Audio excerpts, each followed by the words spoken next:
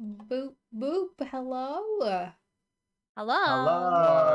Hello. Yay. Let's play some D&D. Hi, everybody in chat. It's nice to see every single one of you. Hello, Grace, thank you for Every subscribing single for one. 42 months. The secret to Wow. life, the universe, and everything is playing D&D on a Sunday. You're right. And And we've been doing it for how many episodes? Apparently, it's 100 episodes. Wow. Apparently, Allegedly. this is the 100th episode, according to Dox's maths, who he has, who's previously said that he's got notes in his own journal entries that say, "I fucked up the days." Maybe this. But then I think it's correct again after that. It's just this somewhere in there it went wrong a little bit. So at some point, everything went horribly awry with your note taking. We don't know if we're in the right place or not. It's episode 100 plus minus 10 episodes. Again, this is a musical episode. Wow. You ready, guys? Oh my God. A 10% error margin. That is not good. Tombo also redeemed an NPC. Oh, yes. Oh, shit. I didn't notice that. I was busy. Please scroll up and scrambling look to at the name. prepare. No. Ronald Biscuit Farts. All right. Okay. It's now canon. That's Thank a you. good name. A good name. I've got I an hate NPC in this that I had named something very similar to that. Maybe it's And I'll explain Nice. who it is, and I will Squiffart. rename them. Squiffart. I will rename them. I'll tell you what their name was, and then I will rename them, and you will understand Okay. everything that I'm alluding to right now. Brilliant! Thanks very much for the contribution there, Tombo. We're going to play some D&D today. I'm trying to fix the lighting because It's Do impossible. you have your Lighting is real- impossible. just my little ring light's on. Is it on you, This though? is too much. Yeah, it's on me. Oh, that's better. And then this doesn't seem to. Oh, it does a little bit. Oh, Yeah. but do we like it off? I think we prefer it I off. think you need to...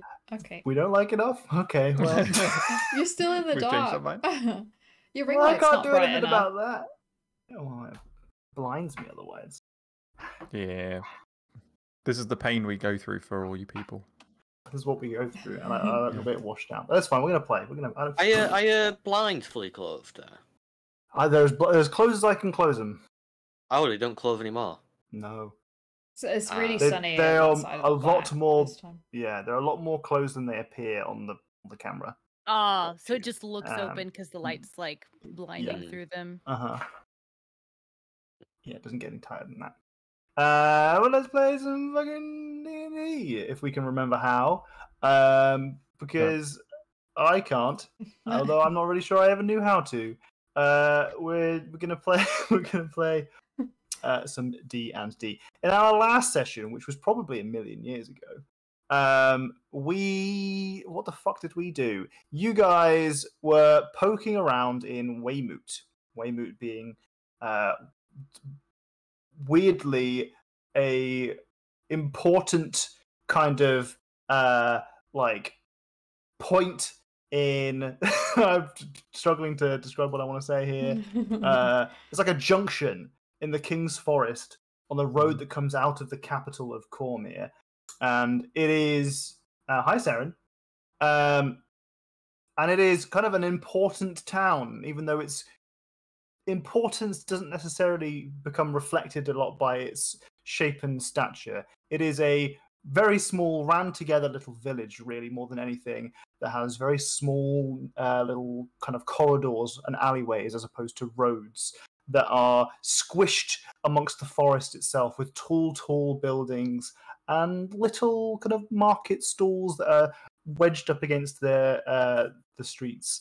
And it is, so far, filled with nice enough people. Previously, in our adventures in Weymouth, we had found it dunked in several layers, multiple feet of goop. And it turned out that the resident war wizard apprentice, Jared Littlewand, had been tinkering around as the little arcane kind of inventor that he was, trying to automate the process of making gelatinous cubes for cleaning things. Because that's what wizards do. They like to use gelatinous cubes for cleaning things. It's very efficient when it's done properly. Jared had kind of fucked up the process a little bit and instead made a huge amount of the goop that was slowly filling up the local area. You guys intervened, and because of some horrible interaction with the arcane device that was powering this automated goop dispenser, Jared, the protege of Gerald Needmore, had been melded with the goop, and we no longer have Jared Littlewand. We no longer have the goop. Instead, we have a plasmoid creature called Mr. Wiggles. Mr. Wiggles, I will remind everyone, is an it, despite having Mr. In their name, because they were also, or it was also, an NPC redeem from our chat. Hi, Basie. And I love them. I love it, but it's causing me a lot of problems already. Do you remember who killed on them? It was definitely Grace. It was Grace just 100% said they came Grace. up with Yeah. Literally typed it in chat Oh. as you were asking that question. Literally typed it. Hilariously. Yeah. Yeah. We're just on the same wavelength. It was very fond of saying "goo," and you guys became fast friends. No, Um, my echolalia. All I want to do is say it back. All Mr. Wiggles wanted to do was to make up for the damage that it had caused whilst it was non-sentient goop, and whilst it was not part Jared. Regardless, you guys had come to Weymouth for a couple of different reasons. One of them was the speedrunning tournament, and you guys were quite keen to take part in that. But first you had to deal with the goop. Once you've dealt with the goop, you went through some of the inns there, and you found the old man, you found the moon and stars, which, to your kind of dismay, the old man was very exclusive in its clientele, and would not allow you in because you seemed too noisy. And the other, the moon and stars, seems to be a very kind of reclusive and secretive establishment. It appears that this particular town doesn't really have a bumping club or a popular tavern that's got lots of, what they need is the blushing kiss. Time to franchise. We could be the new McDonald's. But it seems to be filled with all sorts of McDonald's. Bumping, am I right? McDonald's. Bumping McDonald's. see the blushing arches. So two ass cheeks. That's what Oh my the God, that's definitely ass cheeks. That's definitely ass cheeks. Wait, where? What happened? The instead of the M arches. arches, like the glowing M, Oh. like it would be butt cheeks instead for the blushing. That'd be Yeah. so funny. Yeah, there we go. I was like, did I space out? Where is there a butt? What happened? Sorry. The golden Well- asses. The golden asses. No, yeah, that's good. That's good. Well, regardless, you guys had poked around the moon and stars and found, essentially, you'd done a little bit of recon and found that it is probably, its clientele are likely nobles, royals, spies, the people who are here to have a little bit of privacy in their meetings without necessarily being observed by the common folk. And as thus, there is a very strict no weapons allowed policy, and you're expected to keep to yourself. So when you started talking to the innkeep, he wasn't very chatty and kind of wanted you guys out of there pretty quick. So you'd heard a little bit about this speedrunning contest and figured this was probably the best place to ask about it. And sure enough, the innkeep did tell you you're in the right place, but you're probably not going to get very far. Since the town was recently covered in goop, they will probably need a day or two to set up.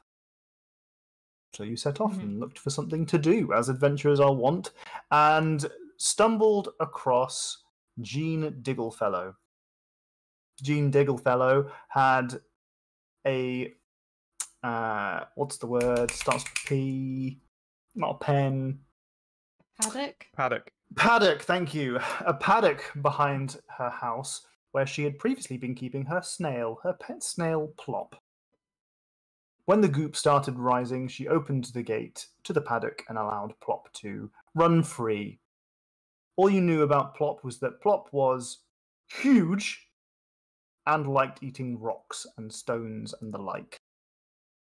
So you set off looking for Plop because they'd escaped and never returned, despite Jean's insistence that they would return. And after travelling several hours down the road and bumping into no trouble, you have seen the silhouette of Plop munching on some crystal.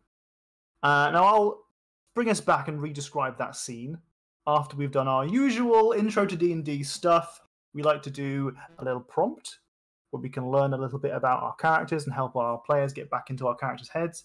We also like to now talk about our party's recent investment, the Blushing Kiss Inn, where you guys have put a bit of money into the tavern, and we're going to figure out what's happened there this week.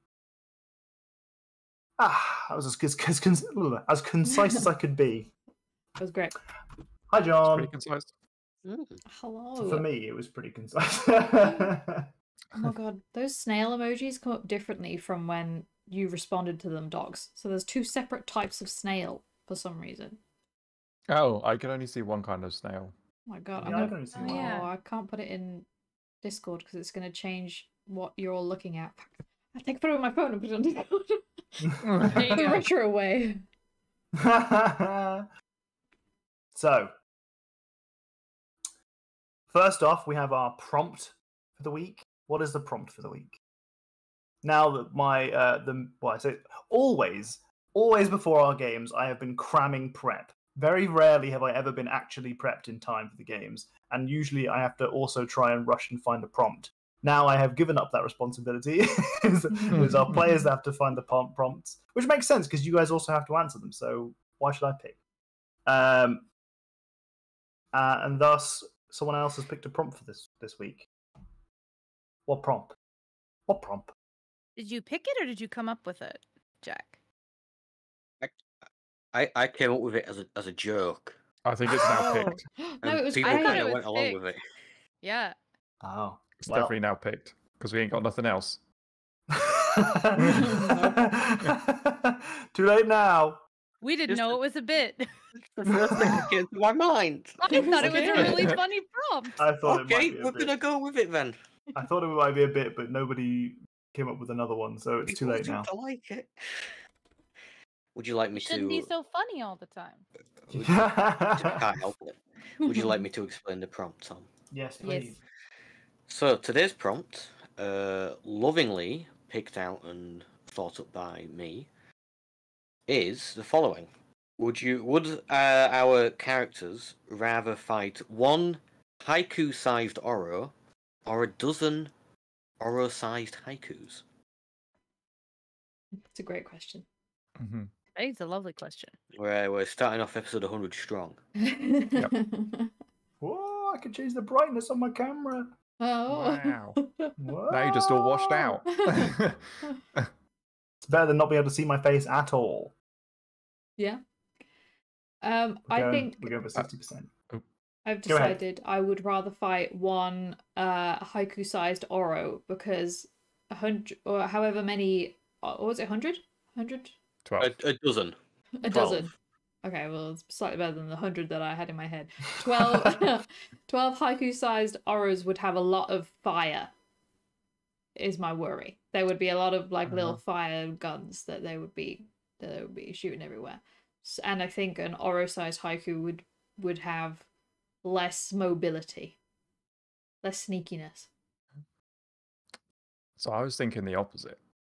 Oh. I was thinking the dozen haikus because I've seen haiku trying to get along with other people. Haiku doesn't get along with other people, especially ones who are trying to boss haiku around.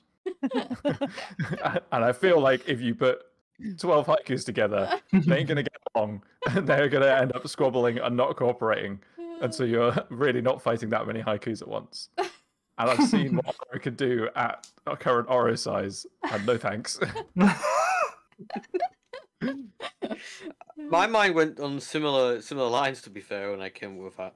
I don't think a dozen Oro-sized haikus would ever achieve anything useful, and if they did, it would be purely accidental. That's what I'm concerned about. Well, yeah, Where but are we? like In a forest? a haiku-sized Oro would be like unstoppable. Do you imagine? I'm imagining. Does Nugget also scale? Oh, no. Oh. Next week's prompt. Yeah. Save that. I was also thinking that I would like to fight a dozen Oro-sized haikus because, as we have learned, haiku has a little bit of trouble getting around compared to the rest of us, and I would simply fly up into the air, and they wouldn't be able to get me, and then I'd slow them down and I'd leave. Yeah. That's fair. That's fair. I think that's a smart. I'm glad that in my mind now, Hyacinth has done the Batman thing where she's got a plan for how to take each of you down if she ever had to. Hyacinth definitely does do that. Oh, Neurally Hyacinth, probably. I'm sorry. Neurally. No, I love that happens every once in a while because Hyacinth remains like the most, I don't know, near to my heart character ever. And so I love being like moderately synonymous with her. Okay. Right. Excellent stuff. Now, the fuck has happened at the Blushing Kiss today? Oh, well, today or this week? I mean, it's this week for us, but Okay. it's today for the adventure. Okay, so the update of the inn is that there was an open mic night at the inn. A bunch of people joined, but most notably our regular Rupert Trottington, who is a ginger goat centaur with a little tweed waistcoat. They stormed the stage, and they were made by Evan. I don't think Evan's here right now because he's doing archery stuff, but it's an Evan character. Cool. They stormed the stage with their musical performance of the masterpiece that is Livin' La Vida Loca on a fiddle. They didn't sing it, they just had a fiddle. Whilst our other regular, Gork, who is an 8-foot orc who wears nothing but a loincloth and was made by Tom, and they did a beautiful interpretive dance along to the music. And now we have to roll a 1d2 to see if it went well or not. 1 is a success and 2 is a 1d2. failure. Feel free to do it in whether the the loincloth survived. roll 20. Should I do it for you? Or are you doing it? I'm getting there. Either way, whether it's a success or a failure, it all depends on the performance of the loincloth. 2. It was a failure. Oh, no. Whilst in the no. interpretive dance, the loincloth just caught the side of a table and ripped clean off. Whoa. And in the I'm glad midst it was of the that, loincloth. in the midst of that, Gork tripped and fell and landed on a bunch of the new stools that we 8 just foot got. tall, I know what he Oh, tripped on. no! Oh, he landed on the stools. Not the furniture! We just borrowed all that furniture! Damn it! We get our deposit back. Oh. Oh, that's one for the firewood pile. What I'll say for this one is that because of Rupert Trottington's initial performance, some funds were raised, but you also had to recuperate some of the losses from the chairs, so you broke even today. Okay, I'll take that. I'll take that. Interpret that. I love it. I love finding out what happens to the Blushing Kiss in. I love it because it's like a little mini D&D encounter that I don't have to do anything for. Fantastic. It's a bit like a Taskmaster, except I give gold at the end of it. Gold that I rolled. All right. Cool. Fantastic. So, if you guys fancy, if you think you've got cool prompt ideas, there's a place you can put those prompt ideas. Or if you'd like to be a regular at the inn, Mhm. you can fill out that. And if Yeah. if you tick things like you're a dancer, you're a singer, you play a musical instrument, then you get put into different You scenarios. could have your than if you loincloth don't. ripped off by a table. Yeah. If you put in a loincloth, that makes you higher on the list to get Gork. picked as well. Completely feel like- unrelated to Mork. The thing that also made that performance fail is that they hadn't marked it as like adults only. And so there was like Yeah, parents if hiding it their was kids' eyes. specifically like a burlesque showing or Yeah, something, then that would have exactly. been all right. yeah, Live then it a would have vida been like loca. a raging success. Yeah. So good. Raging is Okay. an interesting choice of word. Yeah, So there weren't any kids, but there were gnomes, and people thought they were kids, and they panicked, and that's why it went south. Oh dear. Thanks for the more prompts, Grace. You're Thank you, Grace. the goat. Prompt goat.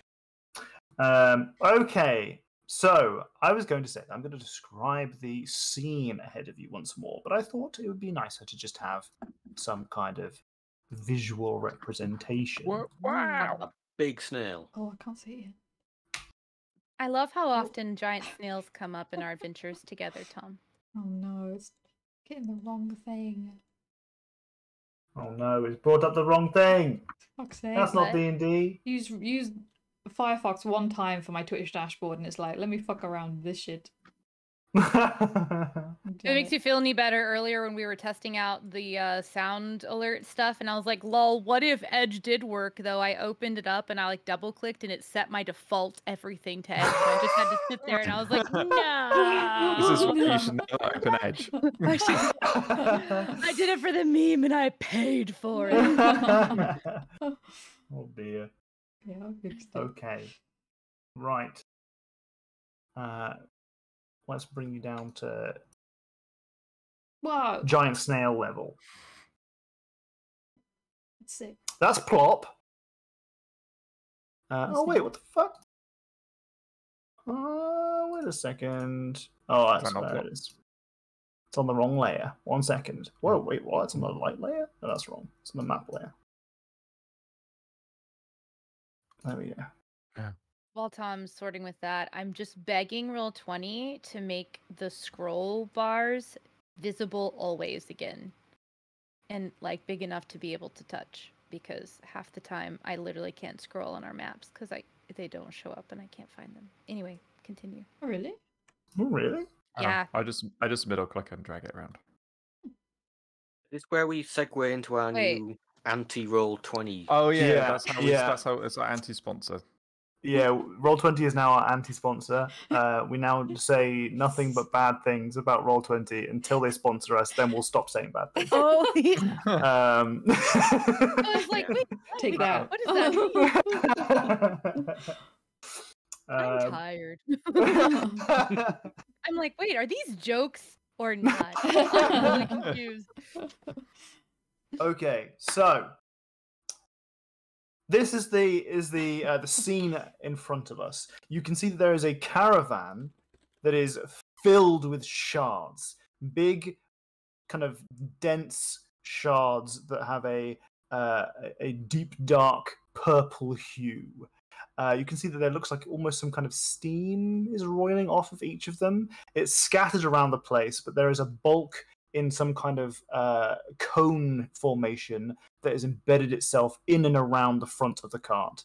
Unfortunately, you can see that whatever animals were pulling it are now deceased, along with all of the humanoid members of this caravan.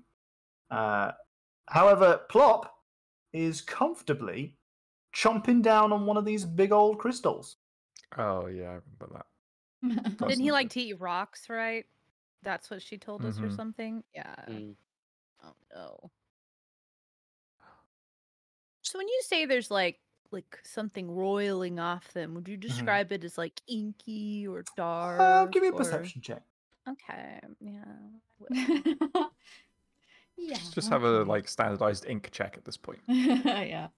Ooh. I would describe it, and you would describe it as an inky kind of roiling fluid kind of steam that looks like it's coming off. It's like, it looks a little bit like steam, but it kind of like has a peak to it, as opposed to like just going off into kind of gas. If you haven't been with us through the previous 100 episodes, inky purple things are bad. That's the TLDR. Okay, I feel Purple like we're things in general are usually bad, but inky purple things are a very specific subset of bad. Yeah. that we're pretty sure has to do with Shar. I feel like as we're like walking up the road or the the path or whatever, as soon as we get to the point where like that comes into visual range, Nerly just goes, "Oh no." God damn it, we could have had 2 days off, guys, and instead, Yeah. instead here we are. Here we are. Instead we had to go advance the story. Takes just turn around. takes Haiku a little longer than the other three to figure out that purple inky shards means bad. Still trying to sink in. Hi, Papaya. Hey, Papaya.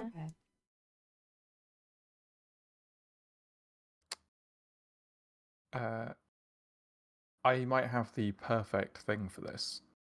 Because many episodes ago, I picked up a very interesting pebble. I want to try and use my very interesting pebble to distract Plop from eating the boring shards. Okay. As a treat. Oh, how are you going to do that? Very interesting. I'm gonna like offer it out. Like, cool pebble. So you guys are It's like a probably treat. still about 40 foot away and walking towards, but you've got an idea and you've got a plan. That's what I like I got my about it. pebble out. So Perfect plan. you guys are walking all down as a party, I imagine, all grouped up.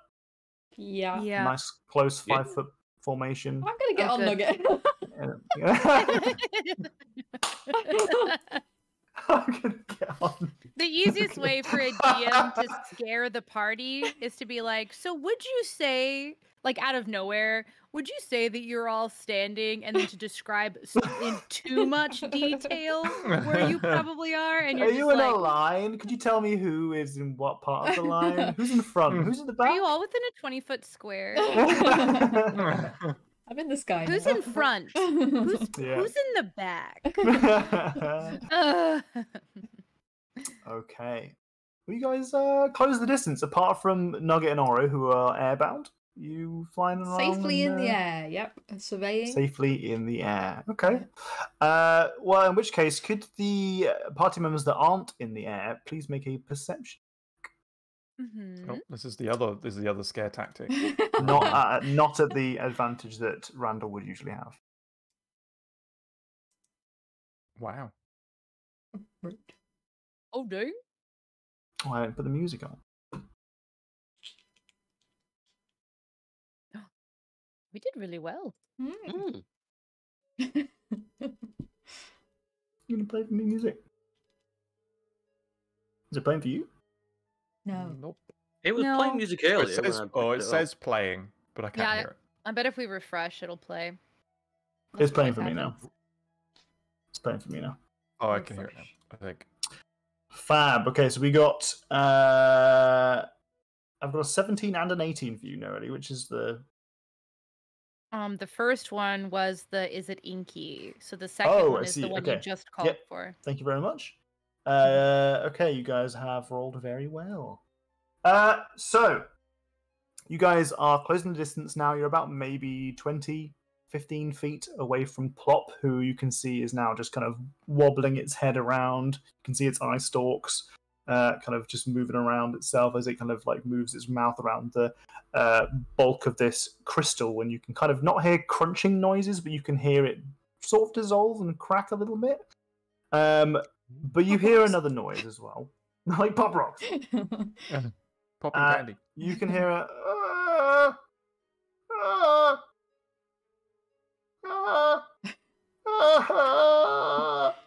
Is there someone trapped? They don't Are sound. they under the? They're not under the snail, are they? Oh, I sure hope not. Hello?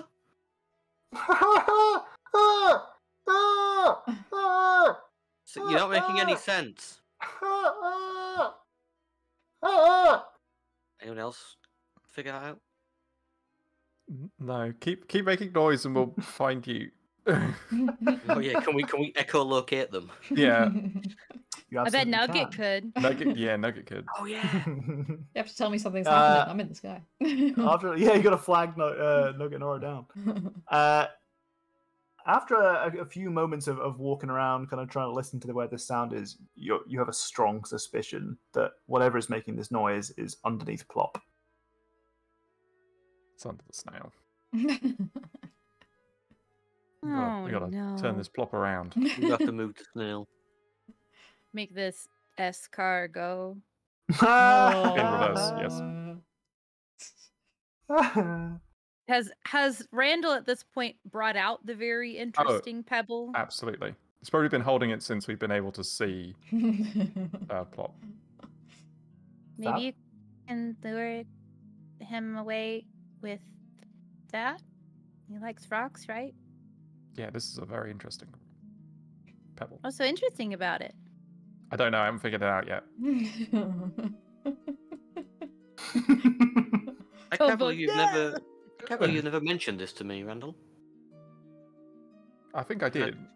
Did you? I found it when we were somewhere. And I found it. I Yeah. don't remember you finding the interesting rock, to be honest. What actually happened? So, out of character, the rock is I can't remember where we were. It was the place with the backstabbing creature Backstabbing. and the big creature. tentacle monster where there was Oh, the place. yeah.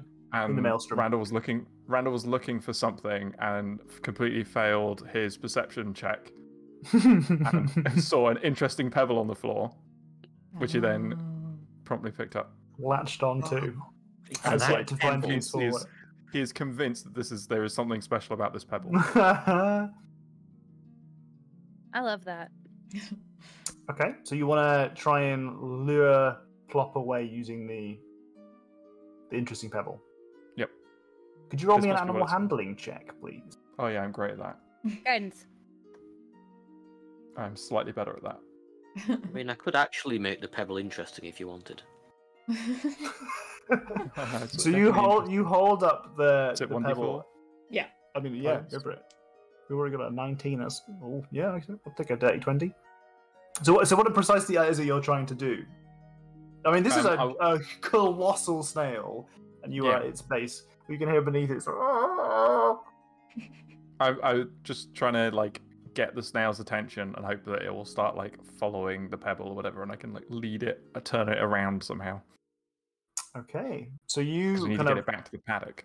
hold up, try and get its attention, and then you kind of just trying to make it look alluring, ooh, tasty peggle.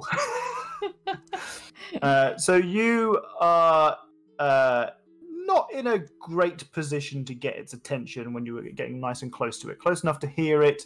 You notice that its head is kind of its eye stalks are moving around, and it notices you eventually.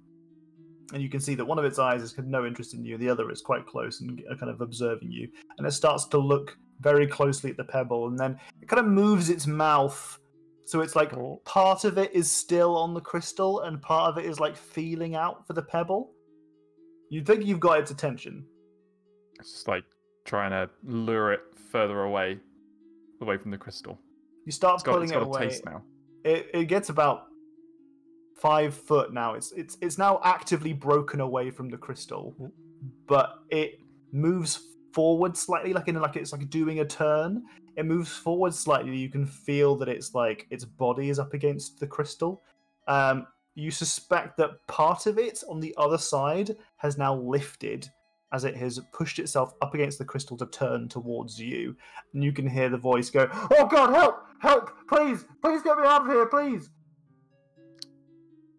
Can I hear that in the sky? Yeah. You can definitely hear that, yeah. Now it's less muffled. I want to float down to that side of the snail then, see if I can see him. Okay. You can see beneath the mucus, the dense, thick viscous gel underneath this massive snail is an orc. You can see that this green gentleman is not simply green because of the mucus. It is also the shade of his skin. As he is underneath there, his arms kind of contorted. It looks like one of his arms may be actually broken. He is in kind of pretty noble attire. It looks like he's probably had the suit that he's wearing, or the tunic he's wearing, specifically tailored to him. But he is looking worse for wear. Help me, please! Help me! Help me, please! I want to get Nugget to go and grab him. But, like, for me to get to for him to swoop down, and then for me to, like, jump off Nugget so Nugget can, like, move someone without me on the back. Okay. And try and, like, pick him up by, like... Can I have a Nugget strength check, please? Ooh. Nugget strength. I was going to make a really horrible noise as well. Oh. Oh, prepare your ear holes for that, guys. Prepare the ear holes. I'm waiting for it.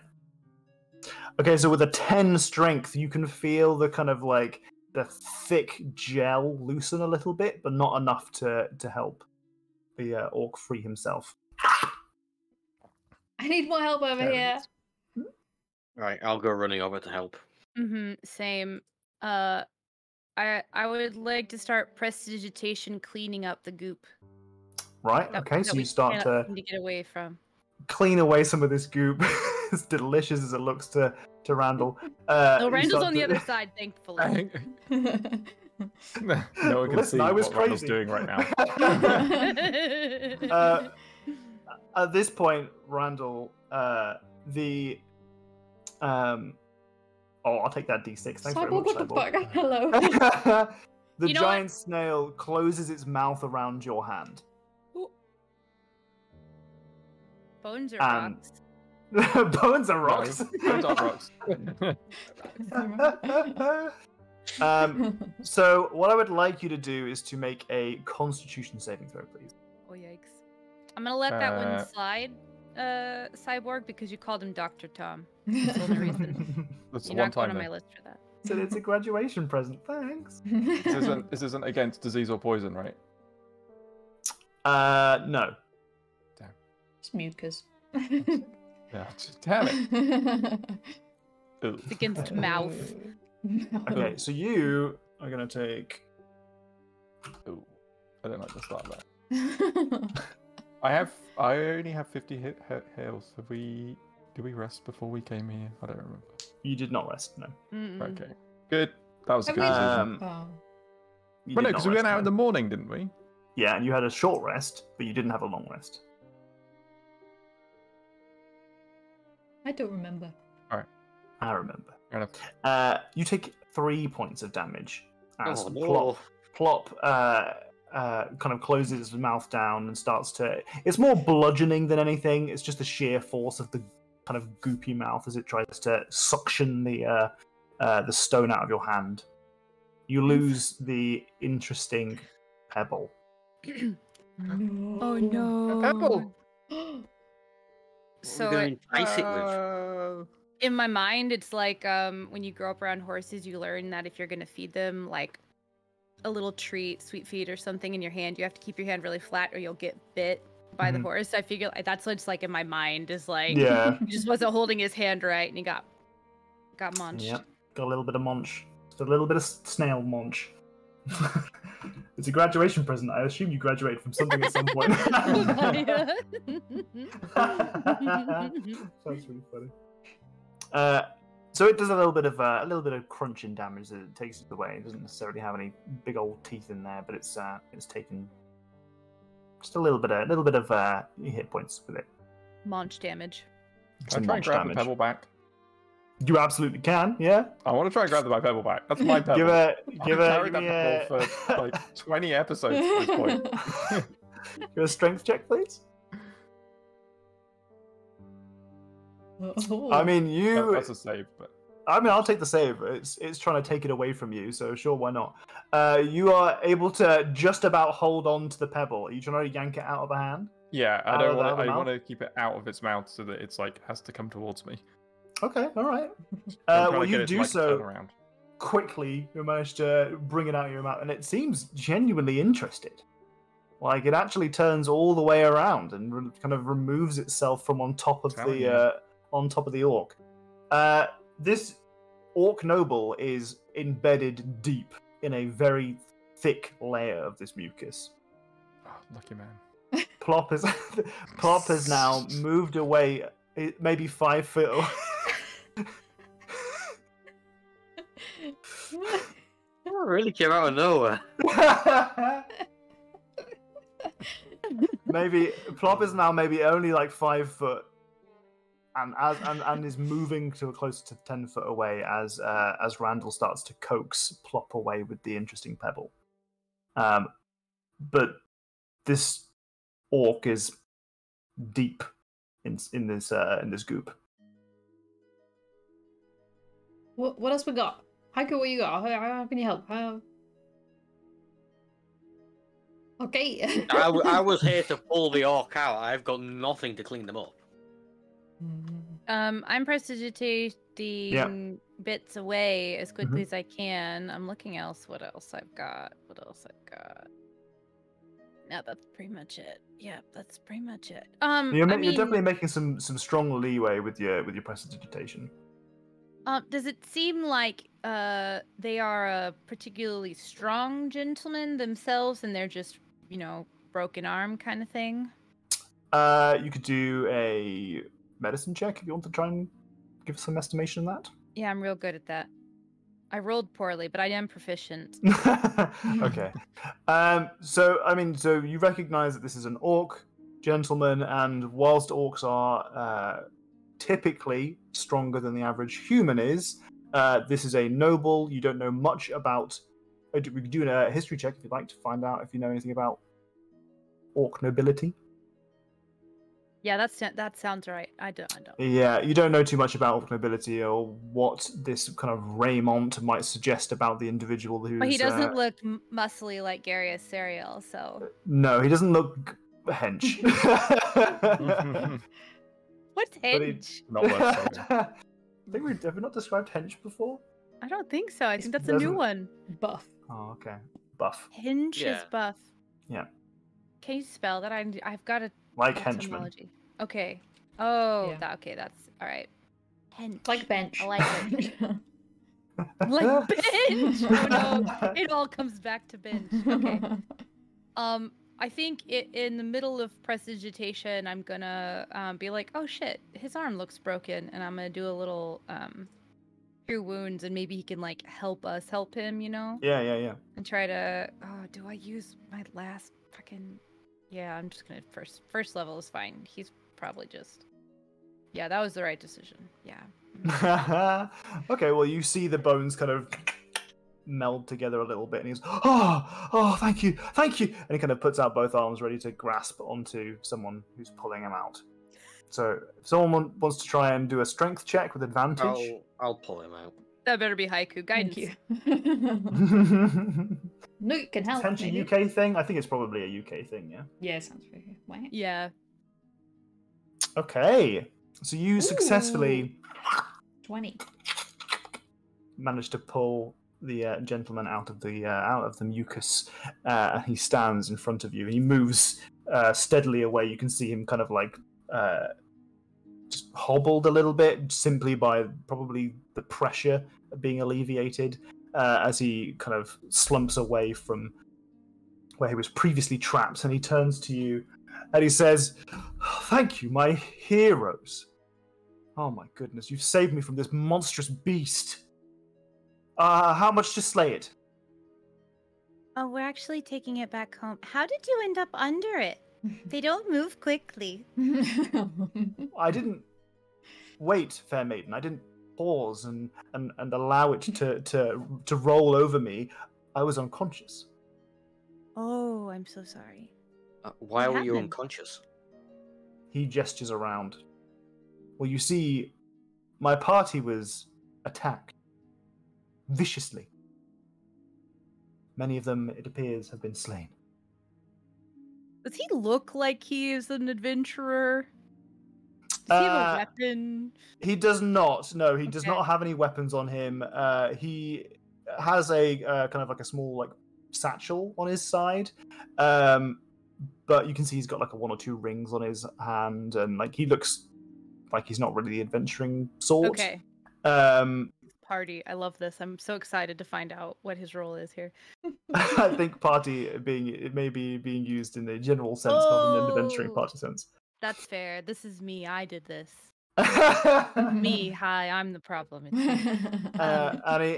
And he puts out his hand with a ring on it, and he says, "Sir Roald," or rather, as has been fixed by an NPC redeem, Sir Ronald Biscuit Farts.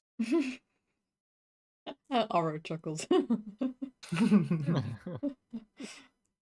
I feel like Nerly knows so little about like just so many things, honestly.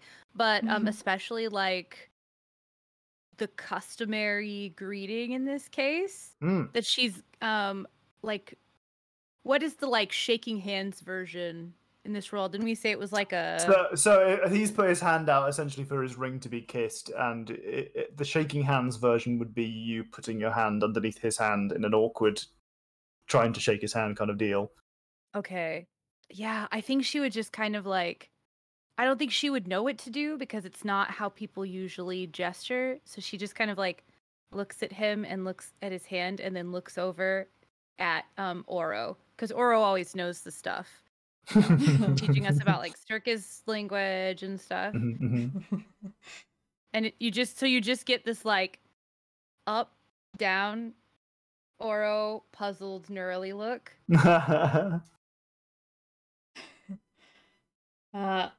Oro stifles a laugh and then goes to give him like a little high five from under, because I assume she's much shorter. Yeah. I love it. He turns to Haiku and Randall. Oh, wait, Randall's busy. Randall's busy. I'm not there. I'm Oh yeah, we should be concerned about Randall's Randall. very busy. I'm busy defending my puddle. Fighting off a pebble with his man. I ain't kissing the ring. You should be kissing my rings. We just got you out of there. Oh. I mean, I don't have any Invitation. rings on, but Oh my goodness. it's a metaphor. Sure, of course. Yeah. Oh my goodness. Oh, yes. And not to be rude, Well, or I'm just No. That's fine. Very well. Is I that see. a I'm custom? in. I didn't Yes, know. it is custom within the court that you might kiss the ring if you are of a less elevated station. Some might say. Oh no, I'm elevated, and then I get on Nugget. Just get on Nugget and fly up. And be like, elevated bitch. I want to Is just he have a, still goopy? Sorry, go ahead. Go. You. I just Oh, want he's to have a mega look goopy, at yeah. Randall, just as a Oh, concerning you look. straight up, you just actually fly away Yeah, for a yeah, bit. yeah. I'm elevated. See you later. You have a look at Randall. You can see Randall doesn't seem to be in a great deal of distress, but there is an element of concern about his face, because you can see that he is his arm is gooped. Very good. Extremely Flashback. goopy. And rather than like tentatively being like, "Ooh, look, a nice stone," he's now like, "No, it's mine." Oh no. Okay, Oro goes, "Oh no, Randall," and then runs off to Randall. Just, Yeah. you can carry on with the scene, but that's what Oro is. Sure. Oh, is your friend in danger? This great beast. Perhaps we should slay it after all. No, we've got to take him back to his. What would you call her? Owner? Is it dead or alive? It's alive. yeah, very much alive. This is like someone's pet, someone's Oh. companion. This beast crushed Whoa. me. Oh, enough with the shell hate. It's nothing to do with shells, my friend. It was on top of me, crushing me to death. Don't go to sleep in the middle of a road. He was unconscious, he said, because of. I was a fight? unconscious. Well, he claims. Well, I mean, it was Who knows they're unconscious? very well. Perhaps I will find some other mercenaries that will do away with this creature Or not. As of course, you will be taking it back to its owner. It will be all will be well, and I will recover from the terrible, terrible injuries to both my soul, my mind, and my body from waking up underneath the crushing weight of a giant snail. Now, You need more healing? well, no, it would never go amiss. I like the tinglies. Riley's like, I'm not really sure what that means, but she does it anyway. Oh. I love this. I I sort love of gives Nearly a very, very small head shake. Oh my god, and it's a good one too. I'm so mad. I'm so mad. That's so funny. Thanks so much for the That's raid, like- Doctor. Hi, Jane Butane and off-duty hot. Off-duty. I'm struggling with my words Hotter. today. One name. Off-duty hotter. Off-duty otter. I'm struggling with my names today. Hi, and Raiders. Thank you. You invigorate him with your healing energy. Oh, whoa. Quite That's the tingly, first time I've heard yes. I'm sorry. Oh, So yes, many you've got voice quite a knack clips for that. today. No, No. didn't say that. You've got quite a knack for that, yes. Mm, An incredible healer you must be. I think I'm pretty okay. Well, anything for my dead compatriots? Oh, I suddenly like look around, like where are they? So there are 6 corpses lying around. You can see. Do you want to investigate the scene? Yeah. Roll me a check. I will help somebody else do it. Oh, no, let's As, have a look as is around. our custom, yeah. In guidance. And Well, you want assistance. investigation, Tom, or Whatever you'd like. Perception is more, eyes and ears, and investigation is more going around and getting a little bit more hands-on. well, let's get hands on. Okay. Guidance. Holy shit! Wait, if I'm- Imagine getting a nat 1 and still getting a 10. Does if I'm helping and doing guidance, does that not give him advantage? Helping is advantage, yes. Oh, yes. And Oh, There we go. Oh And my then a lord. D4. And then a D4. Well, then... that's Fucking good. hell. that'll do. That's good. That could have been. That I could mean, have it's been still fun. 23. So Yeah, it's still a very high roll. It could have been fun. Okay, so you kind of do a little bit of a recon of the scene. You see that there are 6 bodies, 6 corpses that are cast around the scene. 2 dead horses at the front of the wagon as well. You see in the back of the wagon that there is a kind of a lockbox alongside a open kind of box, like a crate that has the neck, like the spines of some books sticking out. That is kind of like the box itself is like more of like a woven kind of box that's been put to one side. Next to like quite a fine bedroll. To your eye, Haiku, this is more than just a fine bedroll. This is like an inventor's bedroll. Like someone has like upsold this to this noble, you suspect, essentially being like, it looks like you can see there's like a taut like string at the back. You suspect at first glance that if you pulled it, it would roll itself out and inflate somewhat. Which is like the bougiest bedroll you've ever seen. Could I? He's still alive. Wait.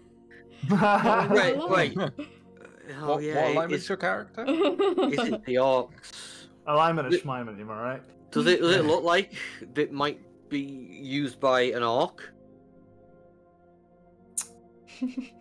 Does it have his Hello? name on the Sure. side of it? Yeah. Oh, embroidered in it. no, that'd be quite nice for us who travel around a lot and don't always get proper sleep. A monogrammed saying. bedroll. Like- What's it monogrammed No. with? Is it the whatever it is, KD? What's the Ron, it's our. Are you talking about Celtic Salamor? Yeah. Oh Okay. my That's god, it. yes. Oh my god. Oh, poor Gothic. Poor Gothic. I'm just saying. I think the party might make better use of this than some uppity orc. I mean, I'll describe the rest of the things that are dotted around, and you can come back to and steal this if you fancy. But so, like I said, there are Call 6 it Hammond. bodies around. The back of this wagon. The wagon itself is kind of it's foobar. Like there's no using this wagon anymore. But the boxes and the kind of the things that are stored in the back of it are still accessible. The front of the carriage is completely gone, kind of just ground into the earth, where you can see that there are several hundred, maybe, small shards of this kind of crystal that have embedded themselves in the ground and the wagon itself. The corpses of the people who were in this kind of convoy are dotted around the place. Not all of them are immediately close and next to the wagon itself. So you can see that occasionally they are impaled, for the most part, by these shards. They all appear to have died in a similar way. So they're being killed by the shards, not by weapons. Yes. Mm-hmm. Concerning. One thing does, because you rolled a high investigation check. You hear a noise from one of the impaled. I'm going to move close to see if we can figure out what they're saying or doing. Okay. So, since Nerly is helping you, I'll imagine that it's the both of you who are doing this. Oh yeah, well, go by himself anyway. Whilst Randall is still desperately trying to... you know what? We'll get back to this in a second. Randall, what are you doing? Still trying to turn the snail around. Because like the snail's not interested in the pebble, so I can't do anything other than control the snail through the pebble.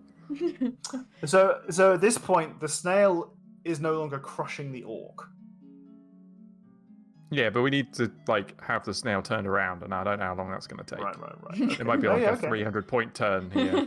Sure. Size of the snail. Okay, so you're actively trying to get it to just come towards you and face in the opposite direction to go back down the road. Can you give me another animal handling check, please? Mm-hmm. Can I help? You absolutely can help, yeah. I can't see it. Okay, lovely. So with the assistance of Oro on Nugget, I imagine, kind of like flapping in the peripheral view of the plop, you successfully managed to maneuver plop in the right direction. They are now facing the road, going back down the way that they came, and have seemingly forgotten about the crystal. Excellent. But they are very much kind of infatuated with the pebble that you have. It is a very interesting pebble. It is. That's why I have it. Yeah. So when you are Ori probably trying did most to of the work there as well. I was just navigating from the rooftop. Left a little bit. Quick. Whilst you are trying to get the attention of Plop, are you stood in the slime trail, or are you beside the slime trail? I don't think Randall would have paid much attention to the slime trail, unless it's like mega slippy or something. I mean, it's very slippy, but you and your walking stick allow you an amount of... Randall isn't used to having, has forgotten what it's like to have to think about what he's standing on, so he probably would just stand in it. Okay, Yeah. sure. In which case, you are happily trudging around. Well, trudging isn't even lightly, almost floating over the terrain. Oh my God, Randall's just Legolas now, walking on top of the snow. Sorry, continue. Right, back to you guys. So you hear there is a dying man who is still bleeding out. Oh no. And where is Crystal in this person?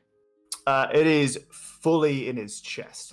This is embedded in a lung, you suspect. Give me a medicine check. Yeah. I will help. I'll guidance myself. We're so good at helping D&D, today. That's what Baldur's Gate 3 needs, a help action. Give me 24. advantage on all of my checks. Yeah. Okay, alright, 24, yes. He is going to die. I can't save him. There is a giant crystal embedded through him.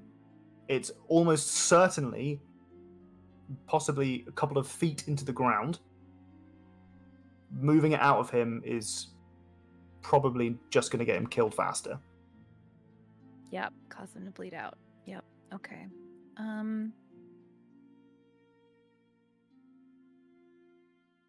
I just look. You like see where it's stuck, see that it's impaled into the ground, and I just look at Haiku and I'm like,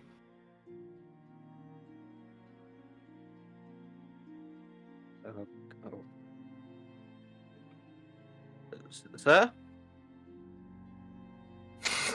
This guy's name, Donald McBiscuitfart. oh no. He says, help! Just calm down. We're gonna help. Myself and my friend, you've just got to calm down, slowly breathing. Help! What happened? Calm down. We can ask. I don't know. I don't know. I can't remember. Okay, do you think you could like break that in half, and we could like pull him off, and I could heal him? Do you think? Like I've still got my big heal. I mean, you could try. You mean like taking the top of the crystal off?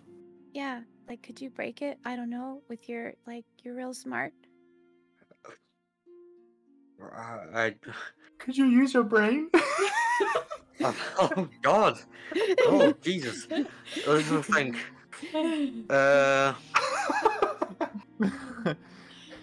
How wide is this crystal? If it's like through a lung, are we talking like half a foot wide?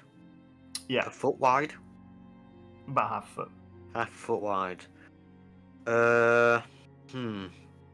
Crystal's fairly tough. It will shatter potentially.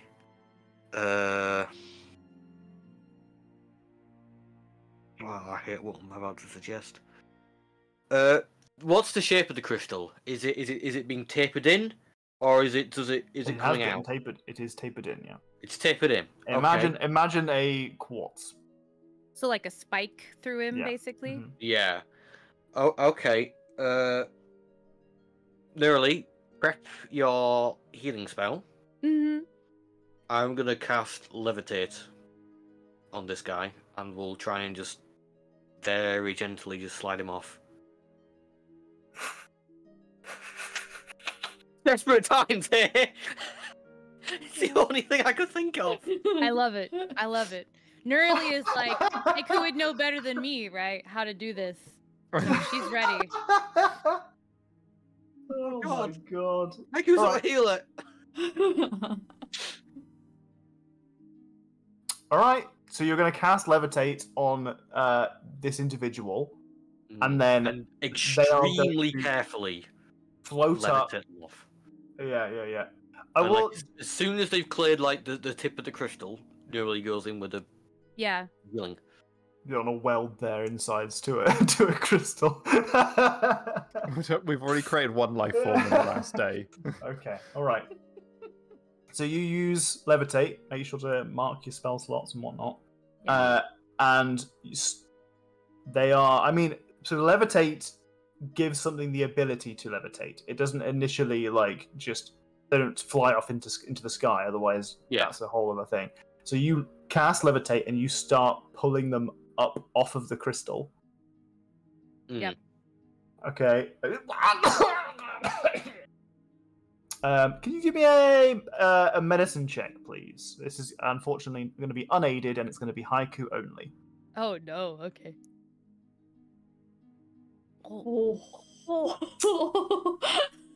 Hey. Okay.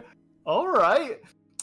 So you lift them up, and the moment that you get to the tip of the crystal, Nerdy. Heal, like full 6th level heal, because she's just Big like, spell. this is a huge hole in this person, right? So yeah. Straight up. Yeah. So Okay. So you successfully fully heal this gaping wound in this individual's chest. So this is a human. can Ronald see wearing- it? Ronald is kind of poking around his own belongings. now. Damn. I was After like, you yeah, I'm a guys, pretty good healer. Sorry, go ahead. after you guys have, after you guys went into and started looking around, he's started to like pick up a few of his belongings. How can I make the party use all their abilities before this fight? So, this giant gaping hole knits itself closed, and surely enough, this individual is kind of now levitating, just the tip of the crystal, fully healed. Oh my god! I'm just gonna give him like floating around. a push away from the tip of the crystal before Yeah. stopping the cast. Off into the distance. You push it away. You push it away. He just doesn't stop. No, I feel like he's pushing him at me, right? So Okay, sure. Yeah. I just don't want me to cancel this spell and they just be back over the crystal. oh my And god, and then immediately they get fall back impaled. on. Oh my god. I only get one of those. I can't do it twice. That's so good. I consider it shipped. That is good. What that a is good great name. Isn't That it is a so really good name. Yeah. So they kind of like float aside a little bit. They're kind of like they're floating around. Like, they are clearly very uncomfortable with being like levitated.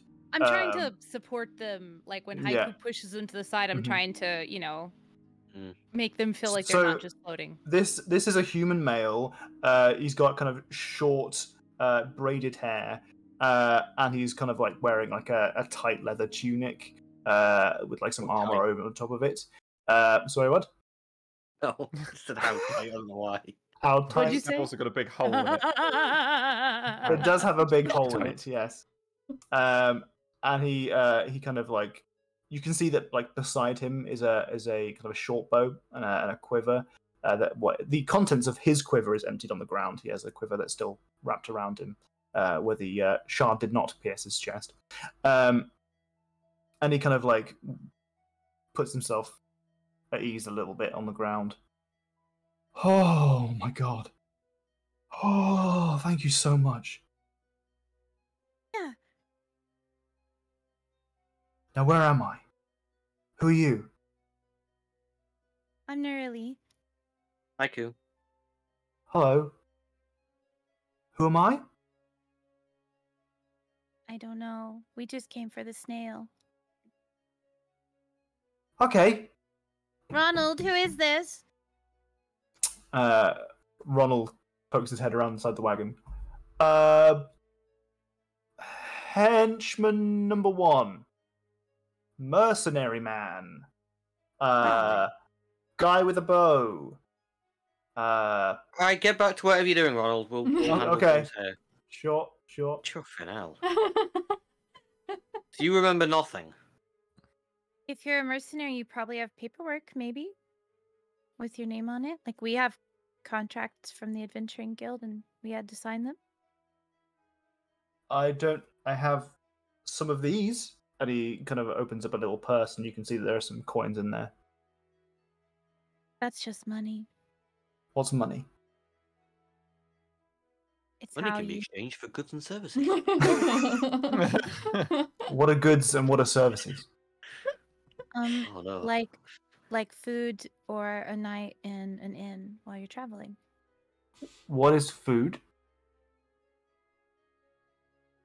And what is an inn? What do you remember? Can you tell us anything at all? I remember a darkness in the sky, and then all of my red stuff coming out of me. Red And- stuff. Yeah. Come on. Do you remember what the word for red stuff is?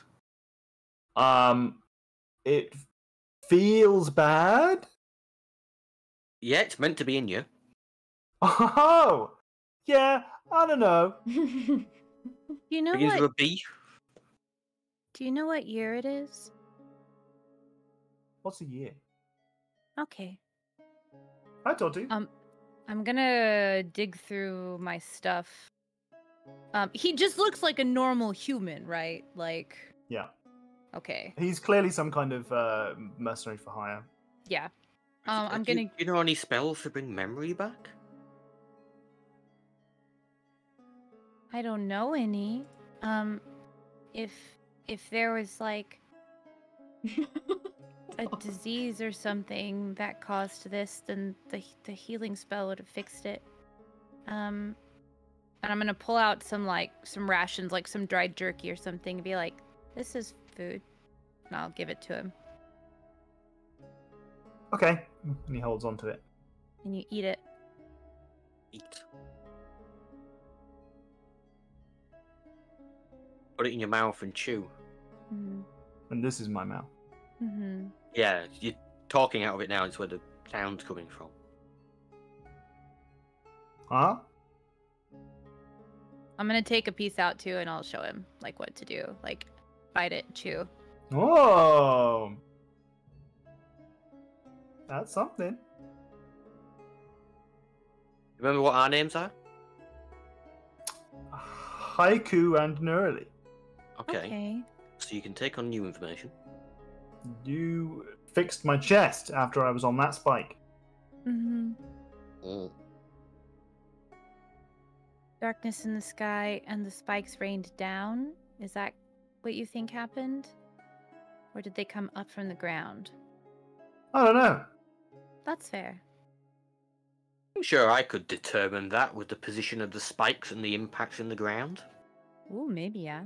Like, if the spikes came from the sky, there'd be a little crater around them, but if they came out the ground, there'd be like a lip. Yeah, that's actually, yeah. Which That's one a is good it, point. Tom? I'm sorry, if you want to do some kind of in-game investigation of the geography around you to see if your character is smart enough to make those deductions, feel free. There! Wow. You investigate the impact site. It's just it gives you the picture of a hail of shards coming from the sky. On the sky. That's more peculiar than them coming from the ground, I'd say. Darkness in the sky. Does the name Caspian Kenshire mean anything to you? No.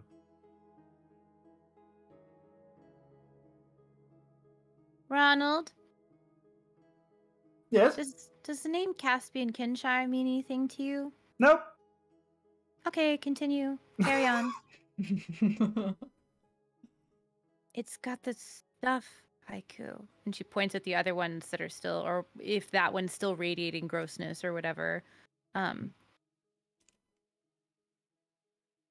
don't know that we're gonna ever figure out what it was that happened. But you're alive. I think so. It's made You're them lose definitely their alive. memory. Well, we don't know how long they might have been here. Yeah, I'm just thinking, Ronald over there wasn't impaled. Maybe it's, the inkiness causing it. Oh. Ronald! Yes? This time you can see that he's got his bedroll over his shoulder. What year do you think it is? What year do I think it is? Mm-hmm. He tells you don't the have correct to- year. I'm going to have to Okay, remember it. I have it written down. Oh, I was gonna say, you can just It's tell me if it's the correct year. 1485 DR. Oh my god, I would have just said, he tells you the correct year. I wouldn't even have bothered trying to come up with the year, so kudos to you. No, that is the year. I've had that written down since our first session. Hell yeah. I'm crying. Sorry, it was so funny. What's Jack's response to the... Wait, what happened? The response to him having his bedroll over his shoulders. Jack's response, so like. Oh, I didn't see it. That's so funny. I don't think my mic picked it up.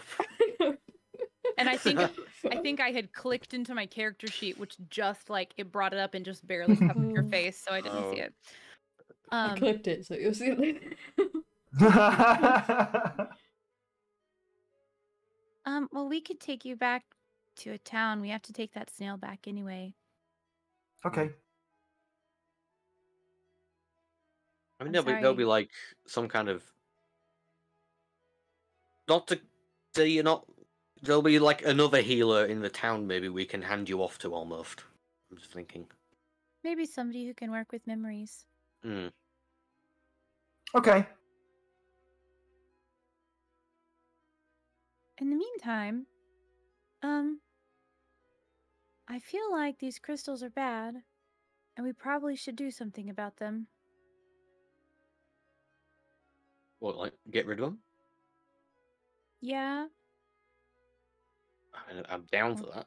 I'm or not quite break sure them. how we do it. I'd advise against breaking them. Oh, Simply because if there's anything inside of them that suddenly gets released.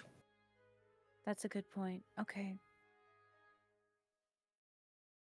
But moving them, What are Randall and Oro doing at the moment? You are muted. Wow. It wasn't me this time. Randall is protecting the pebble. I would like to, so it loses interest temporarily. I want to like have the bag of holding open to my side, Mhm. and I'm gonna like be like, oh look at the pebble, wow! And I'm gonna like do a fake throw without letting go, and then like drop it into the bag of holding. Can you do a sleight of hand check, please? Can I help? Man, I'm using all of my core Unfortunately, skills. not.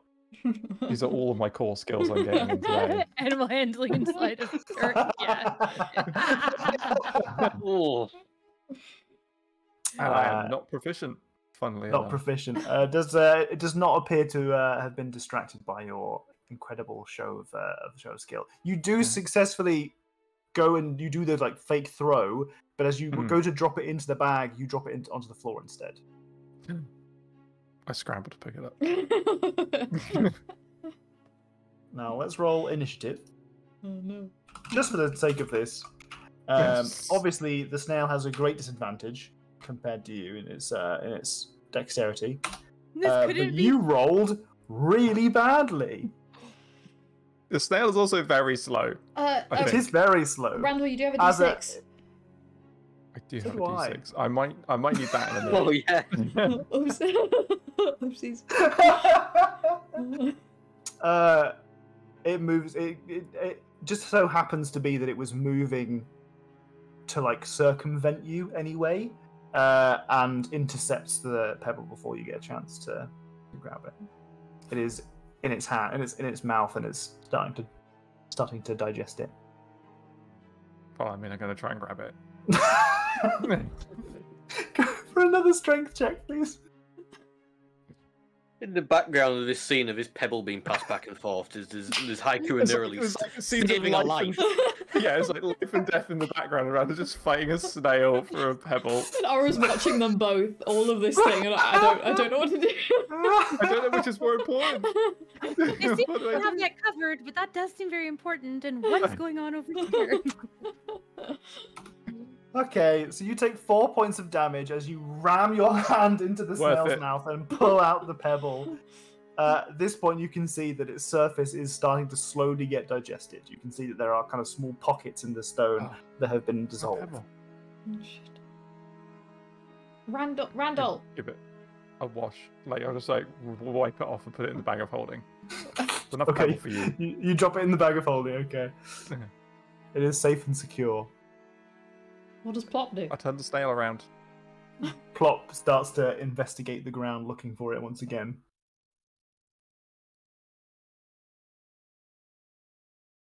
Okay.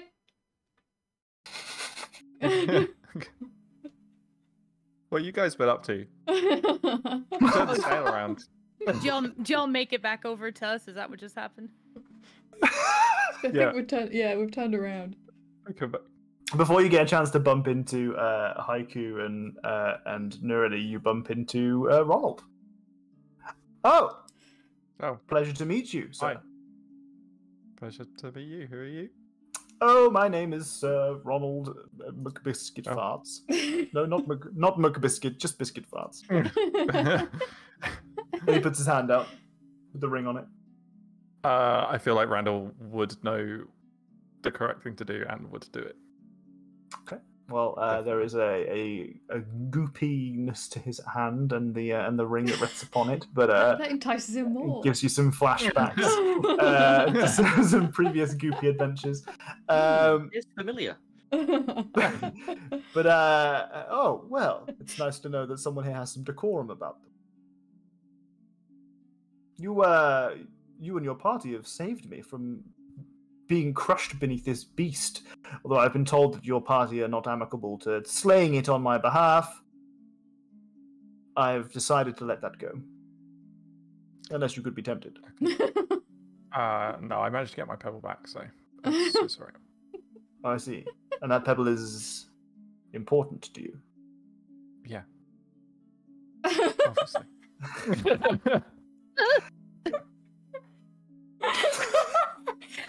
Duh. Duh.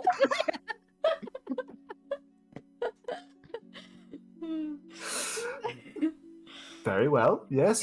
Fantastic. Very good. The implication that Randall would have killed Plop to get the peg away. Yeah, precisely. Oh, yes. Very well then. Brilliant. Are you the leader of your adventuring group? Oh, not really. No, I don't really have a leader. Oh. Well. As you all are grouped again, and you have resurrected one of my my hirelings from the dead. Arrow Man, boy with That's bow. It's a long title. Yes, who has already been paid and will not be getting paid anymore. He hasn't been paid. Well, I want to humbly show my thanks. He bows, and Can I ask, do an insight perhaps. check? Yeah. On the he's already been paid. Yeah. I'll help. 24's enough. I am also proficient. I'm also proficient at insight. You strongly suspect that he is not telling the entire truth, though your understanding of these kinds of scenarios is that there's usually like some kind of payment before and payment after arriving at the destination. Yeah. So he has probably been paid, just not in full. Oh, that's a strange arrangement. Normally you don't pay up front, but I can see his mercenary has some clothes that I'm not familiar with. I've not seen, so maybe it's different from the far off lands that you must have come from. Oh, very far off lands, yes indeed. I Of where? wish to implore. Far off lands of where? Kalimshan. Do I know where that is? You can roll me a history check. Do I know where that is? You can roll me a history check with advantage. Oh. Ohio.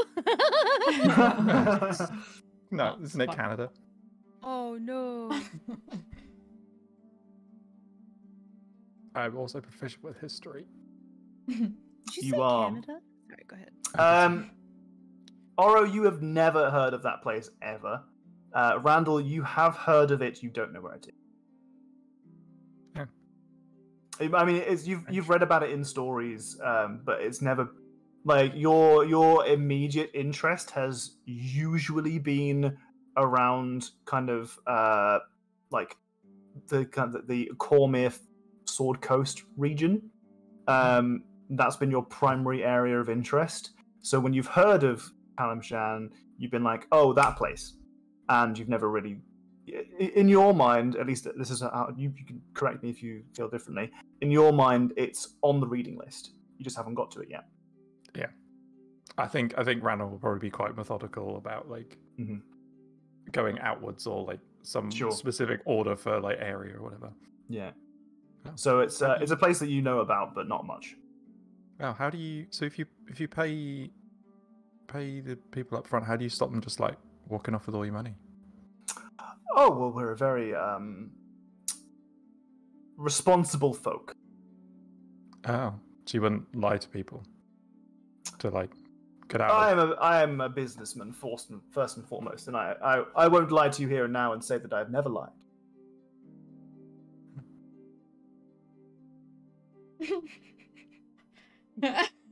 So what were you doing? Where are you going?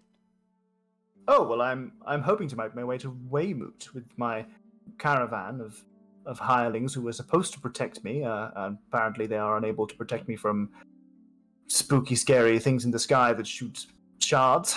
But fortunately, you are here, and I'm willing to offer you an employment opportunity. All I need is for you to get me from here to Weymouth safely, so that I might have my meeting. I will pay you 500 gold pieces. Up front. Oh, that's In very total. nice of you. Up front. Up front? That's how we would like to do business the way you do business, so you'll pay us up front. As respect. Can you do me a persuasion check, please? I'll help. Yeah, I was going to say with advantage, but... Does persuasion check involve Haiku pulling out a gun? Oh, you got a D6. Intimidation. Oh, I am definitely using my D6 for this. Come on, D6. 8. 15. Okay, I'll take a 15. It says, well, when in Rome, if it is unusual to be paid fully up in front, then perhaps I would pay you maybe just a little bit now and then the rest when we get there. Is that what you do in this country, this part of the world? Is that correct? Because I could do that if that's more. In my world, we pay everything up front. We don't work Everything. on just exposure. So We don't work on promises. yeah. Very well. Very well. Well, okay. Well, when in Waterdeep, there you go. I've made it more Forgotten Realmsy. Very well. I will pay you 500 gold pieces up front to get me to Weymouth. I'm sure it's several days travel.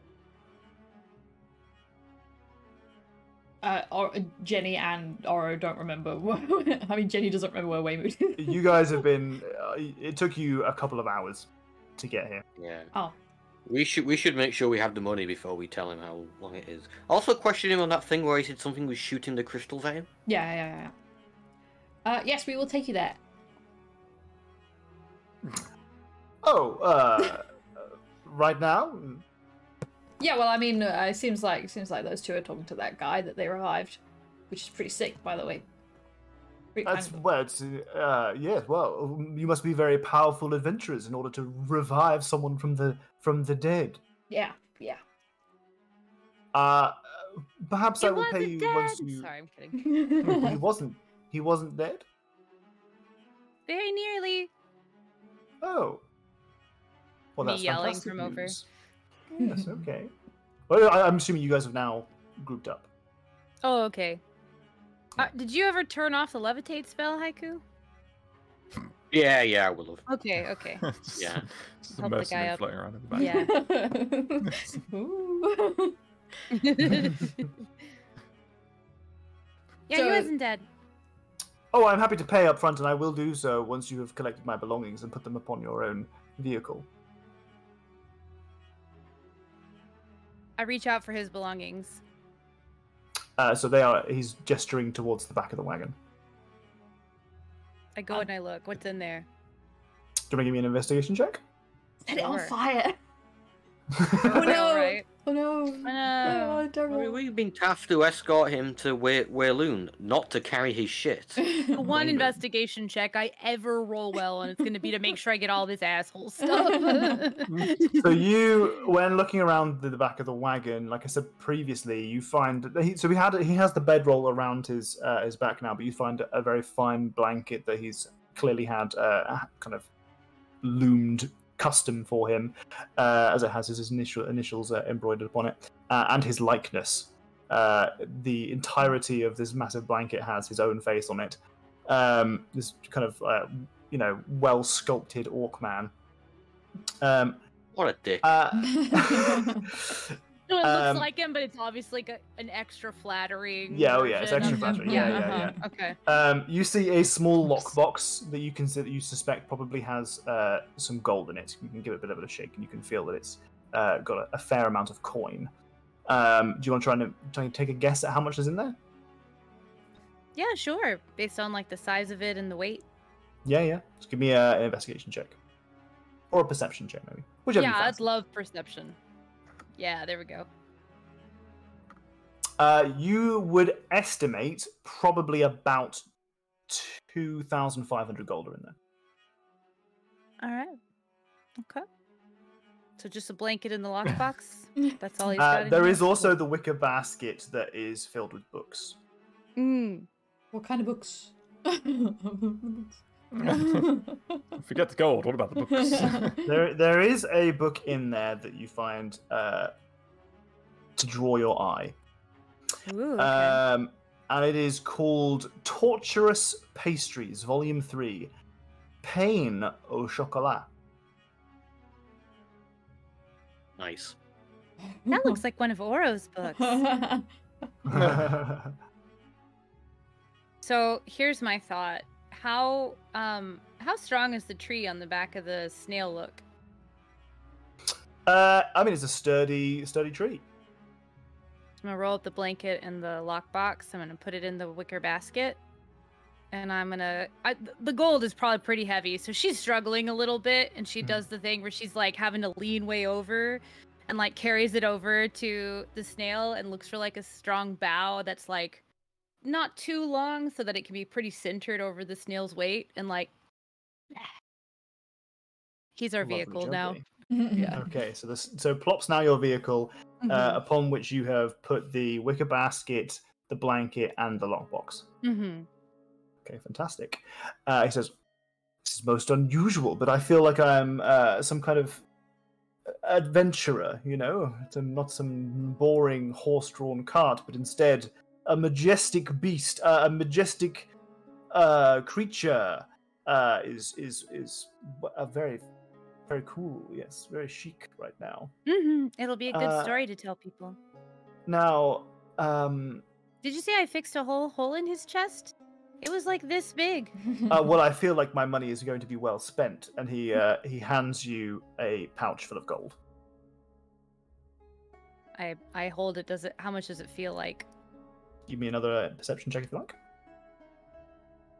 You don't want to observe. You don't want to go through it and count the gold. No, I'm not gonna count it in front of him. I'm just gonna like take it and do the like weight thing, and then hand it over to Randall to put in the bag of holding. Sure. So it feels like it's probably about 500 gold pieces. Oh, so he is doing the full thing up front. Okay, perfect. Sounds Probably about 500 gold good. pieces. Yeah. So I think Randall would probably be, because he has the ledger, so before the gold goes in, he has to update the ledger, so he would work out exactly how much gold there is. So On the whether he road? keeps that like separate and probably does it like on the way back. Right, okay. Okay, But, sure. like- I mean, walking alongside Plop is going to take a little bit longer to get back anyway, so Yeah. that's fair. Uh, Okay. Before we go, if Nerly did say that thing out loud about looking like a Oro's book, I'm gonna sneak back in there and grab the book if we didn't pick that up. Okay, sure. I Sure. think for sure as she was grabbing stuff, she'd look down and she'd kind of be like, and like would say it out loud as she's like packing stuff up. Yeah, absolutely.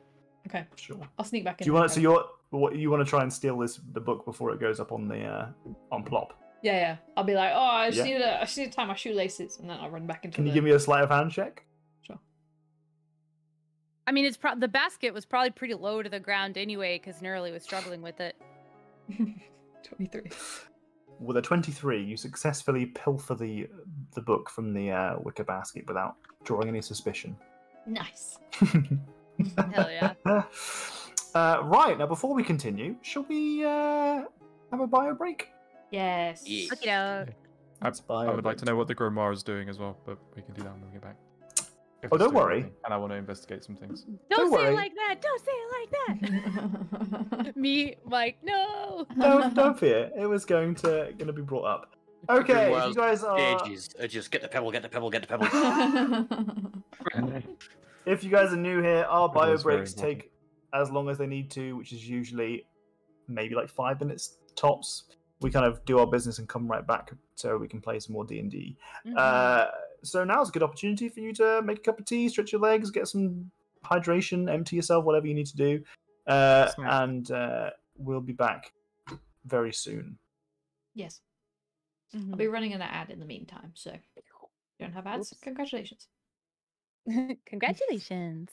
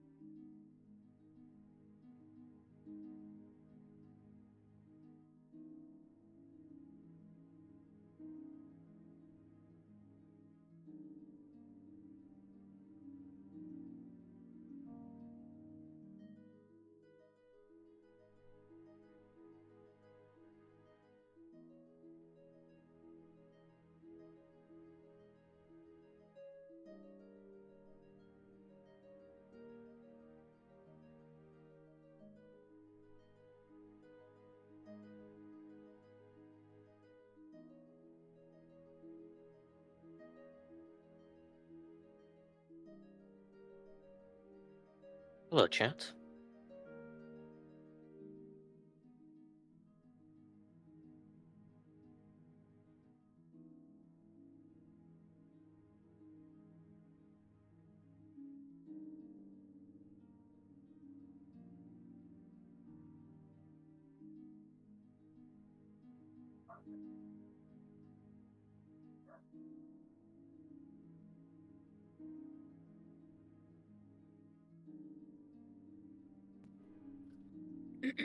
Hello.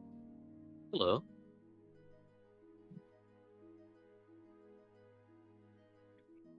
You know, if I had a nickel for every time I was in a D&D game that Tom DM'd where a giant snail came up, I'd have 2 nickels. Which isn't a lot, but it's weird that it happened twice. I love a giant snail. I'm a big fan. Mm-hmm. When he was talking about it eating, I was like, I don't know how snails eat. They don't have like a proboscis that I'm aware of. So they must just have like a little chomper or something.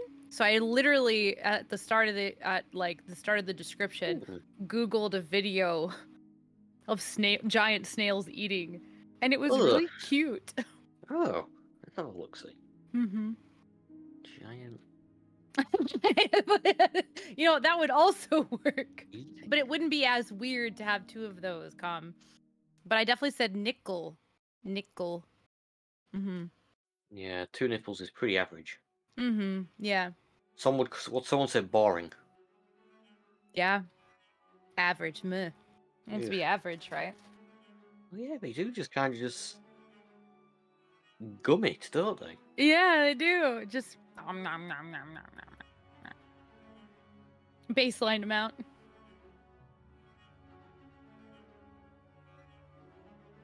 Reminds me of my favorite SpongeBob quote. Squidward, if I had $1 for every brain you don't have, I'd have $1. I love it. Hello. Hello. We made popcorn. Then. Ooh, Yes, it is. yummy. I grabbed graham crackers. Hell yeah. I don't have anything. Oh, That's by choice. okay. That's okay then. Mm-mm-mm. Mm-mm. Hello. Oh, Hello. Hello. okay.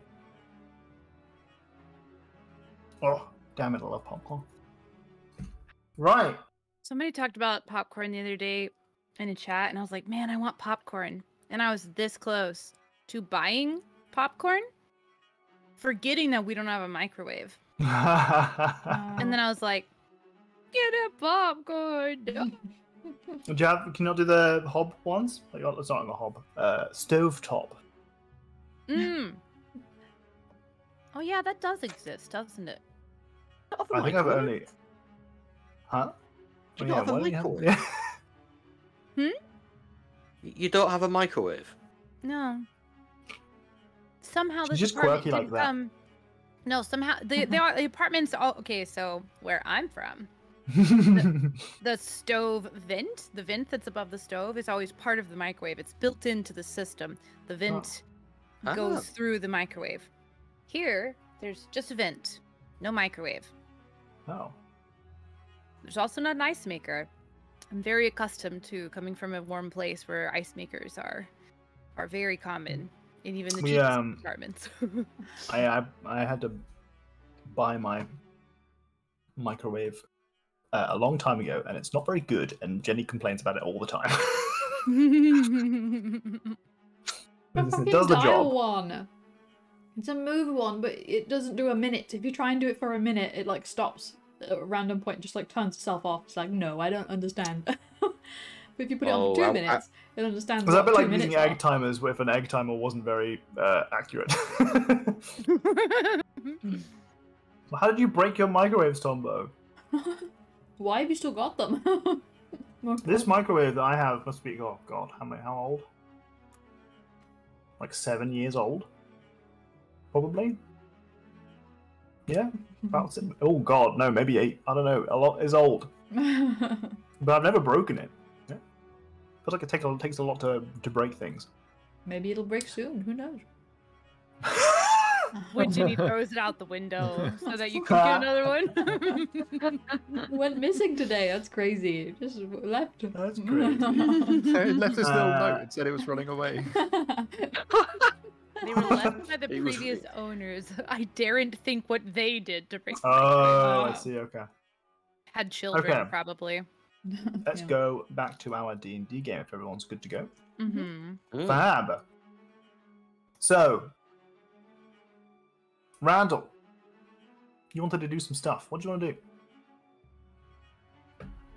I would like to investigate one of the shards and see if the grimoire is reacting to the situation at all. Sure. So, Not like opening it, just seeing if it's. I don't know. as you walk towards one of the shards, that is kind of straight up impaled somebody, you bump past this nameless individual that has been restored to life by Neroli and Haiku. Could you give me a wisdom saving throw, please? Sure. Wisdom Ooh. saving throw. 17. Success.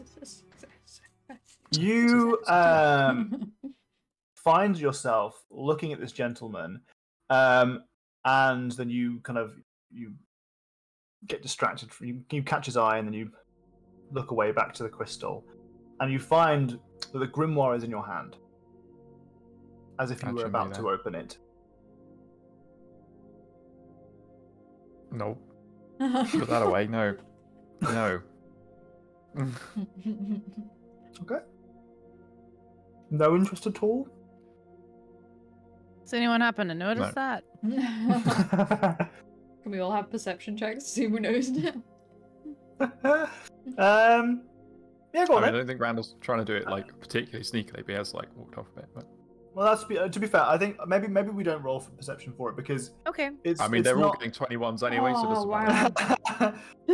It's not so much like it's something that you, because it's you've just walked from one place to another, and from their perspective, you've gone to pick up your grimoire, as if you were to open the front page, and then you've looked down and been like, oh no.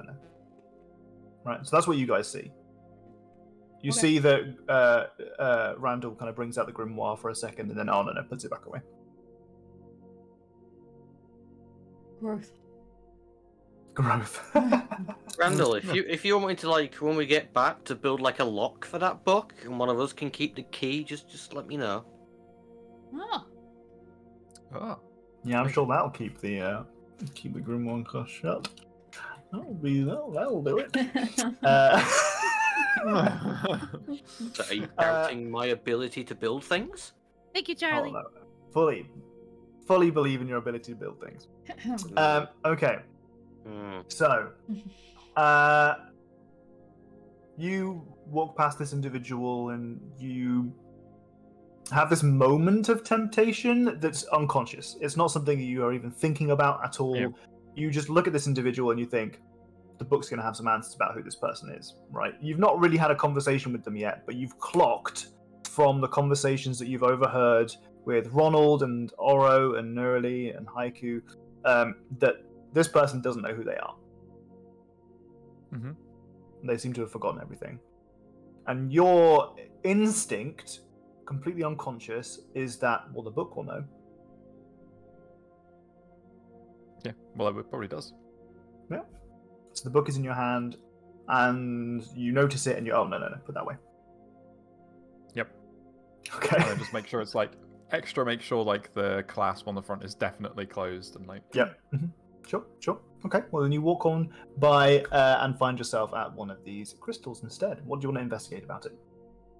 I just want to like have a closer look at them, see if there's anything, or see if like there's like any specific reaction to my presence or like the grimoire being nearby or anything like that. Okay. Well, you get close enough, and you do feel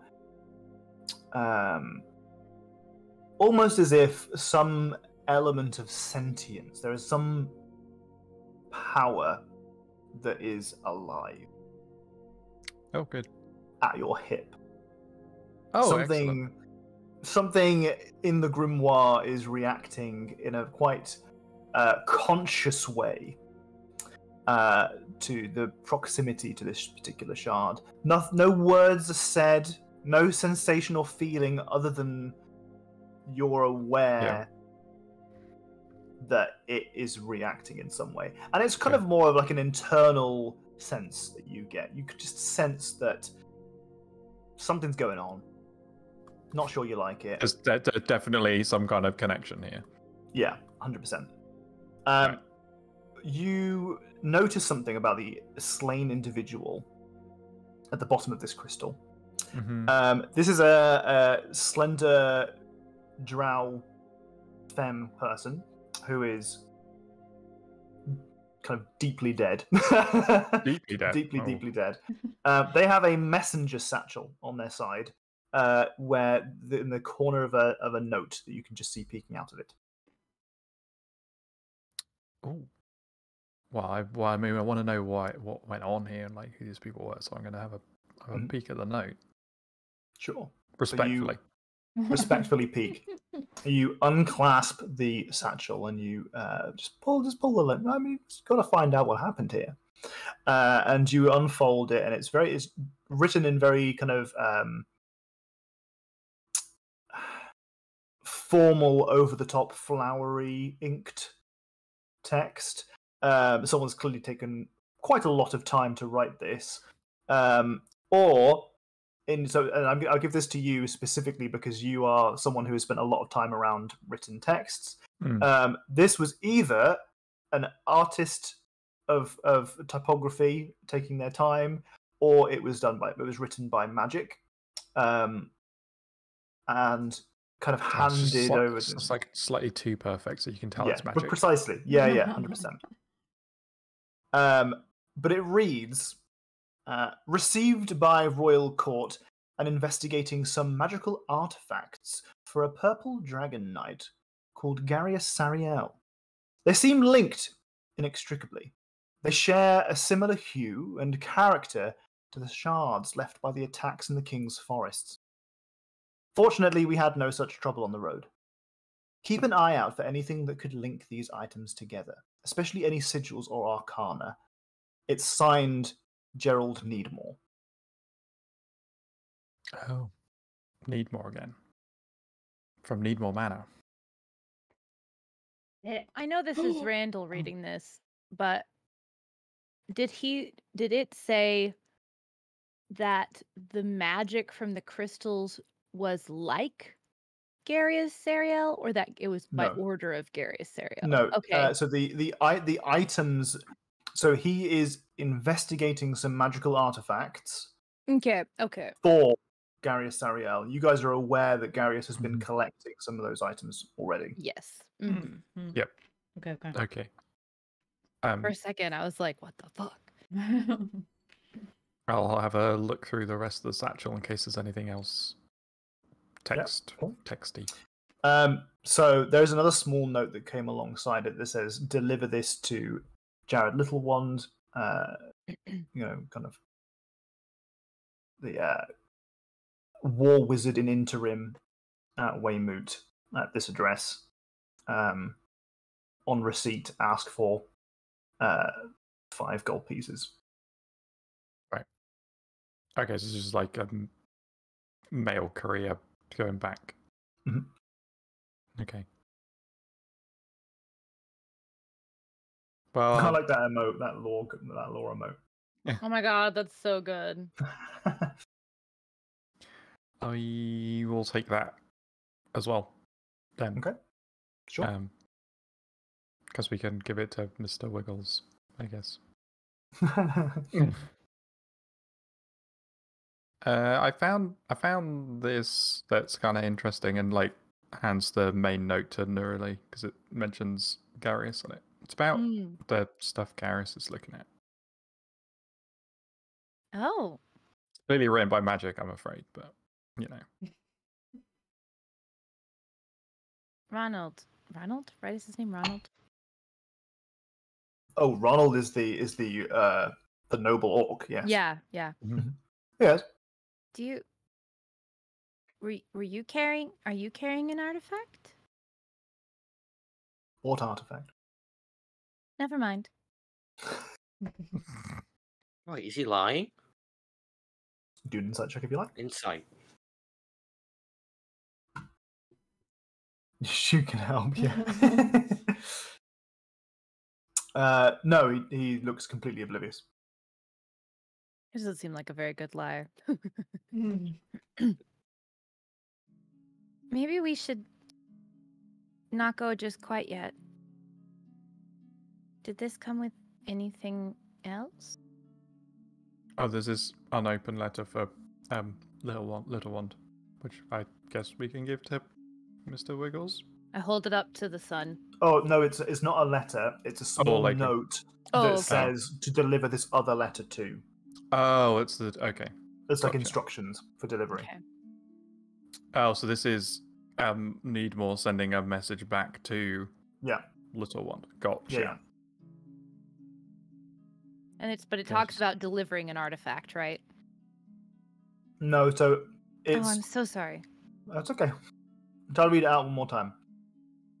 I've been received by the Royal Court and investigating some magical artifacts for a purple dragon knight called Garius Sariel. They seem linked inextricably. They share a similar hue and character to the shards left by the attacks in the King's Forest. Fortunately, we had no such trouble on the road. Keep an eye out for anything that could link these items together, especially any sigils or arcana. Okay, well now I have to go do. I'm gonna drag Haiku over there.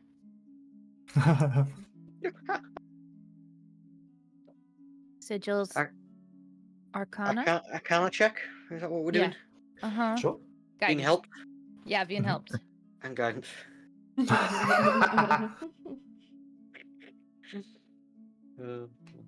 Okay. Okay. And a D4, 24. Imagine that. Plus Let's have 9 a- Arcana. 21s today. There have been a lot of 21s. Very Hmm. high rolling game. Okay. So there's nothing about the shards in particular that have any kind of like. You can tell that the shards have some element of like a primal energy. It's not so much that there is a constructed and ordered magic about them, but there is something primordial about them. There is no sign of an arcane sigil, no magic being wielded by anybody. So you think perhaps that's not what the letter was talking about. But as you are walking around and inspecting these things and having a think about what could link those items, your memory is cast back, at least Nuri's is, in a flash, to seeing Randall with the grimoire in his hands just as he put it away. You saw a arcane sigil on the front of the book.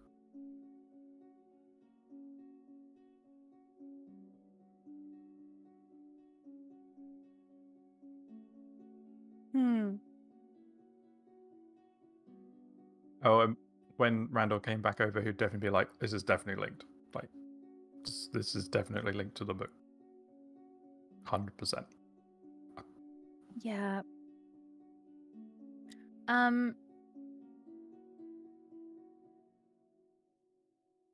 Is the sigil on the book something I could get like a charcoal rubbing of kind of thing? Oh, 100%. All right. I think I have charcoal. I usually bring charcoal. Or you could like copy it. Yes. Oh yeah, I can draw sigils. Duh, I do that. I'll just draw a sigil on a loose piece of paper that goes into the bag of holding and away from me. Okay. I could just make a perfect copy of this, by the way. Oh, how? Magical tinkering. It's the ability. Oh. Oh. Maybe Remember when we he did don't. that? They did that taking a photo of the bird. Yeah, Maybe, and it lasts indefinitely. maybe if this sigil is linking a bunch of. We're talking quietly, by the way, like away from Ronald. Maybe if the sigil is inextricably linking a bunch of evil influenced artifacts, we don't recreate it and carry it around on us indefinitely. That's what I'm thinking, maybe? Oh, yeah. If it's too perfect, it might activate. Okay. Or Yeah. just, I don't know what it could do. Like, I just, when I draw these, we can teleport places. So, like, I don't know what it could do by somebody with a, yeah. This is why I need someone else to just take 5 more seconds to think about things. You're really smart, though. It's just, we're a good team. Yeah, smart, not wise. It's not smart. Wise. Goes for a high 5. Oh, yeah. I make sure to look at Haiku's elbow so we get it dead on. Perfect high 5. This is why I would fight 12 small haikus. Dogs.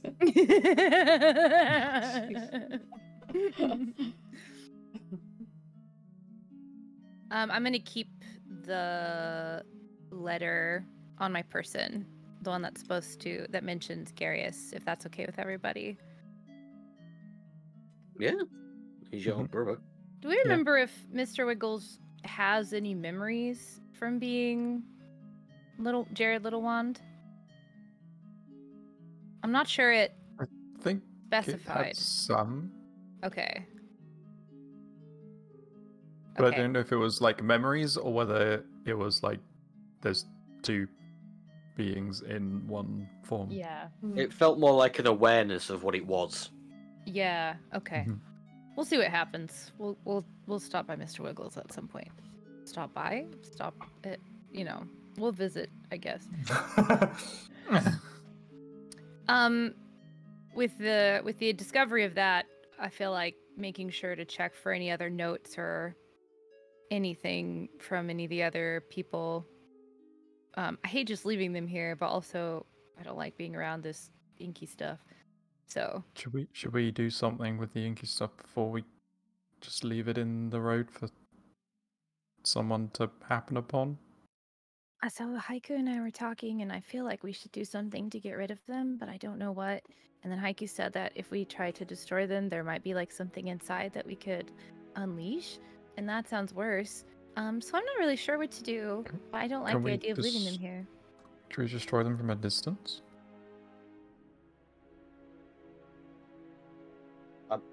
We could. Well, how does? I mean, How big I is the can. largest one? The largest one is the size of a tree trunk. Okay, so we're not Like not in not in moving. length, but like in Girth. width. Girth. Okay, so we're not moving most of them then. That mean, and we've- they're stuck a couple feet into the ground, so we'd have to like dig them out. Can I, before we try destroying them, can I try something first? Yeah. And Nerly's just gonna sit down and do again, just hoping against hope that like Selene can help her in some way.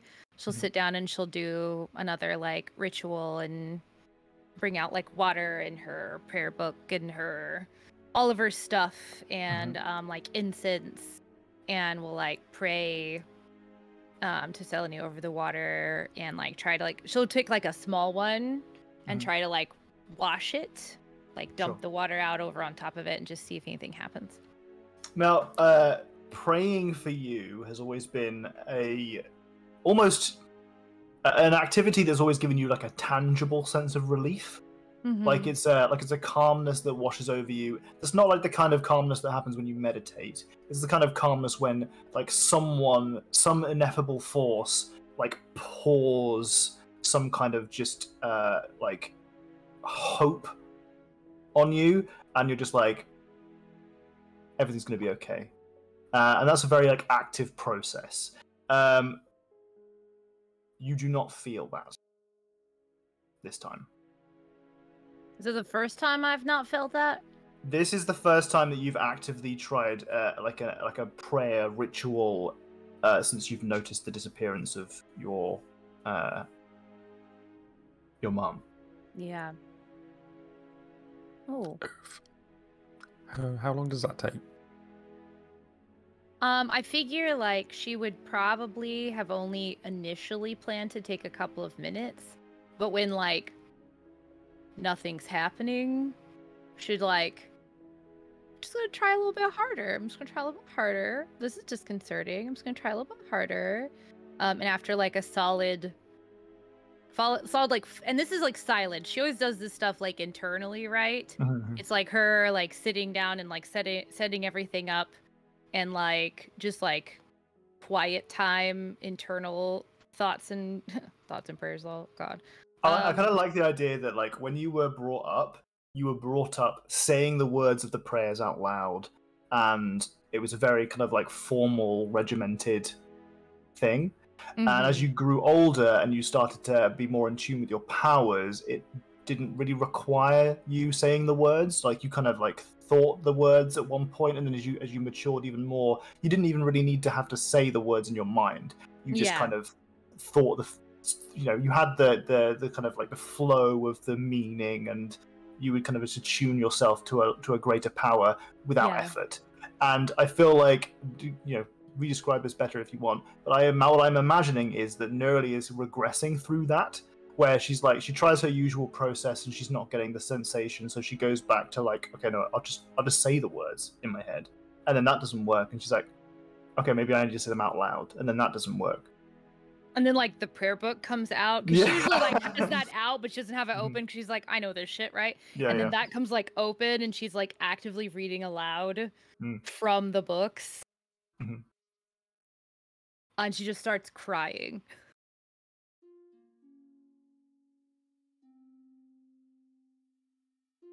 It's not good. I put a hand on Nerly's shoulder. The patented hand on shoulder technique. Yes. There is that feeling of hope. Sorry, there it is. That's what it was. It's All been along. haiku all along. It's been haiku all along. Papa? No. God. She just looks up at all of them and is like, "Things very wrong. Very wrong. It's not working." Hmm. No. I might have an idea for the crystal shard situation. Yeah, we're gonna have to try whatever your idea is. Plop was eating them when we got here, was he not?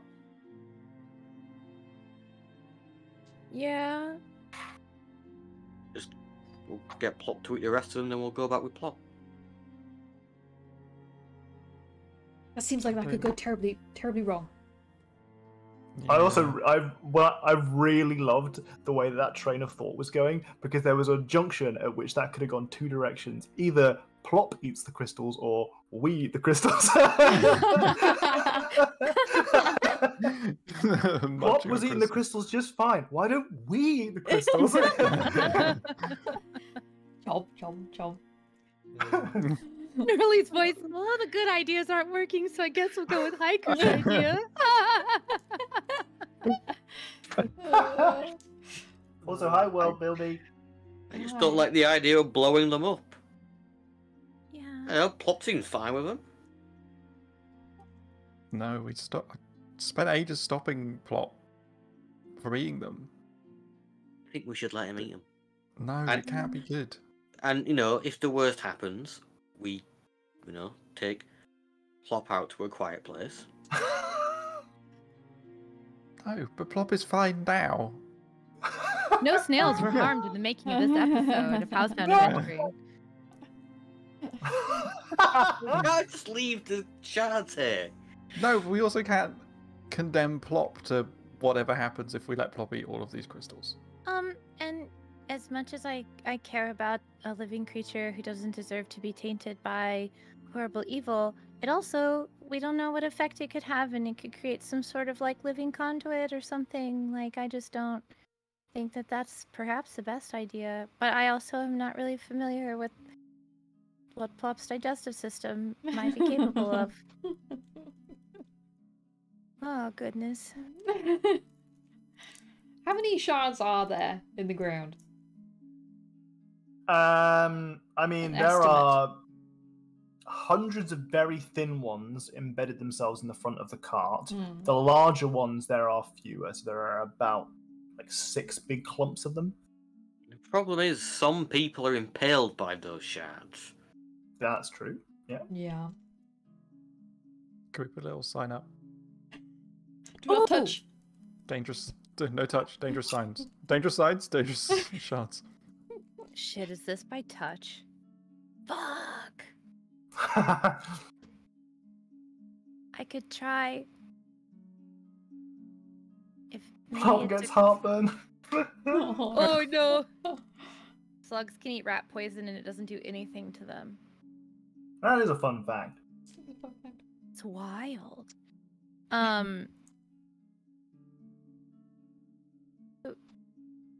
Do we think that maybe this is a curse? And she points at the inkiness stuff coming off of them. Yeah, I think. I could try removing the curse, but I'd have to touch it. That doesn't seem like a good trade. Yeah. What DM if we with the all popcorn. touch it in solidarity? Yeah, and That then we get sounds Plop worse. over here to eat it Yeah. at the same time. And then we can all be stuck under Plop, and then the next adventuring party can come along Save and us. they'll deal with the shards and save us. Yeah. Hopefully, they'll have something to do with this. We have a lot of healing potions and stuff, right? I've got one on my person, it looks like. I mean, I have some little ones, I think. I don't think I got anything. But that's it. Always that if needs be. I take my my healing potion out of my little pack, and I'm just gonna hand it to probably Oro. I feel like I think I should try it. But maybe just hold on to this just in case. Okay. I'm gonna go back to that little one.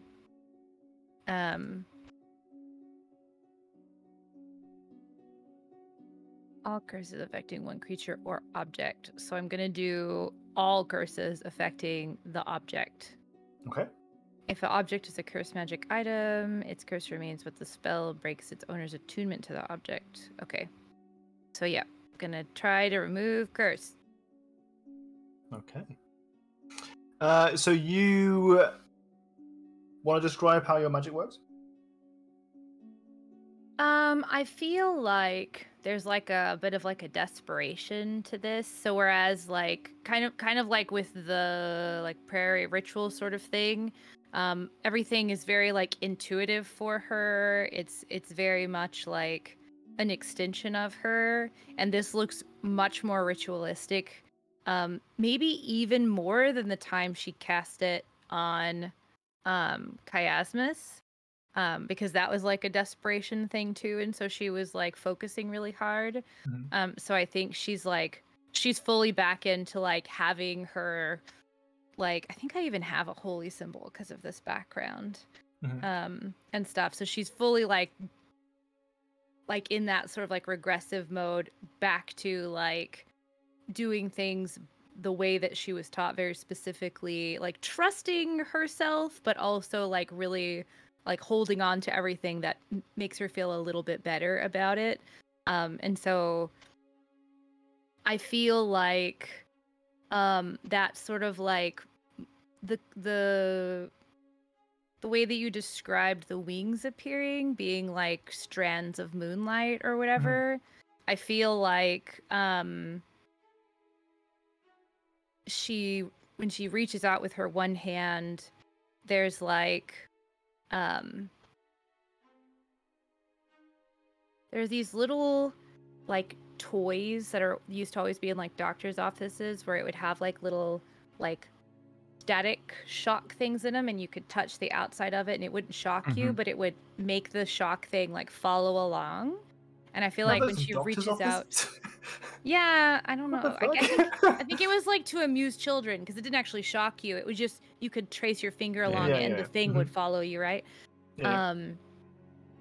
I remember those distinctly being in two completely unrelated doctors' offices when I was a kid. But I've only ever seen those in like science museums. Well, I was a very sick child, so maybe, continue anyway. So I feel like when she reaches out to it, at first like nothing's happening because she hasn't like released the energy of the spell, but as she starts to get like closer to it, that kind of thing is happening, and there's this like connective energy going on that's gonna like between her fingers and the crystal. Okay. So I imagine that the remove curse spell is a little bit like part of the weave, like the magical kind of texture of the universe is like a heavy blanket placed on one item or something, and that your remove curse is essentially you trying to grab that and pull it away. Ooh, I love like, that. Redistribute it elsewhere.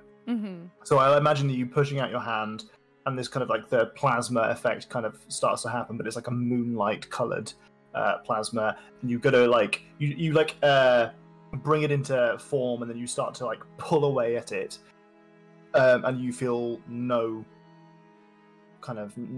weave come away with it. No no magic has been dispelled. Okay. What you do feel is one of your maximum level spell slots has been taken from you. So if I already spent my maximum level Next. health, damn it! So close. Did I lose that on top of the one that I expended for the spell? Yeah. Goodbye, 5th level spell.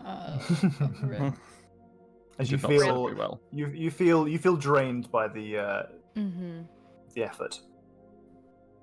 So I think like she does the thing, she touches it, she tries to like pull the weave back, and there's like a moment where you can like see the disappointment on her face, and then there's just this like heaviness, and she kind of slumps a little bit and takes like a really deep breath. Nope. No. That was really not good. I'm fine though. And she reaches back for the health potion and puts it back in her pack. Alright. I am Jenny out of shouldn't have made ideas. this popcorn. I wanted some popcorn. It's perfect. Yeah. Oh, this is just the way that I eat popcorn, by the way. That's how everybody. How are you supposed to eat popcorn? Very carefully and one kernel at a time, and. You always throw. You have to throw everything. Mhm. Right, unless anyone's got any other ideas, I'm getting Plop to eat these things. We can't get Plop to eat them. No. What else are we gonna do? We'll blow it up. I don't know. You like blowing things up. Now's your chance. Fire. I do, but not After like you not endorse when blowing they things up. might release evils into the world. But you're fine putting those evils into plot. Yes. Look at this face, and I point at Plop's like a little innocent. Like, you Bob want is still looking around the ground, trying to find little pebbles and just like vacuuming them up. I think Plop will be fine. I don't think we should give it to Plop. My Absolutely. conscience would never. We've seen what Right. these things do to other stuff. We'll blow them up. Can we tell, like, I'll Gary's- start sorting that shit out. Can we I get a do sort of, message like- to Darius? Stumbles Oh. away, scowling. We could try to find a courier. I don't. Or I'm feeling really tired, more so than I should be, but I can definitely try to send us somewhere. Or we could just write him a letter. I don't think we should write him a letter about this. Or what about Needmore? Maybe because they're like the other end of this road, right? Oh, I don't know. And she like pulls open the letter again. It It's like says the it royal- accepted at the court, the royal court, so it should just be in like the capital city. Is that what we would assume? I suppose it is the whatchamacallit place that Randall wants to visit, right? Suzale. Giselle. Randall wants to visit the chapter house of the Purple That's Dragon it. Knight. Okay. And isn't Garrus is going to the monastery, right? So I could just send a letter there for when he arrives. Well, he is there Or is- already because he got teleported. Or he's already there. Oh, he got teleported. Yeah, remember I teleported him, so he had time to stop and talk Oh, we to could us that way. teleport back. We could teleport. Do we have a teleport thing from Momi? You have one from Deadlock. Mm-hmm. Oh. But all of that requires us still leaving these here. Yeah. There is one other option. And really looks visibly annoyed. What is it? We could try a cleric.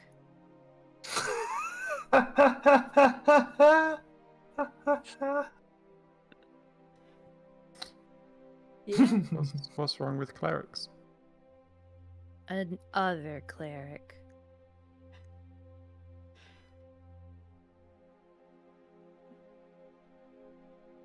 Or a different Different god. god. Yeah. Yeah. Nerly doesn't like them. Nobody's against Oh. all organized religion apart from her own organized religion. She's gotten a lot better about it, you know, the whole cult thing. She had a lot of distrust, and then she had a bunch of distrust, and then the first time they encountered another big temple, and it was the Sune one, everybody's like, no, this is so cool, they're so loving. And then that was where fucking what's her name, hold on Priestess to my Code? notes, that's where Priestess Code came from. And she was killing people and stuff, and she's just like, see? You know? It's like, okay, well, I recognize that where I grew up is really bad, and they probably lied a lot about a lot of stuff. This is not a good first introduction to try to make me believe that they were lying about that. No. So, but she is, I feel like this is a lot of growth. Her being like, something's wrong with Selene, so we could try to ask somebody else. Yeah. That's basically what this amounts to. And as tired as she looks more annoyed than she looks tired. Aro wants to talk to Biscuit Farts Man. And goes, Biscuit Farts. Ronald? I have his name down as Rold. Yes. Did his name change from Rold It to was Ronald? Rold. His name was Sir Rold, which is Oh. the name I gave him. Right, and then And as I said at the beginning of the game, an NPC name was redeemed. well, now it's Ronald. So now Okay. it's Ronald. I tripped And I was highlighting that because his previous name was quite similar to Ronald already. Yes. Ronald, what was it that like attacked you guys? Sky thing? What was it? There was some kind of devious monster in the clouds above. Did it resemble anything that you have seen before? It seemed like a shadow in the clouds.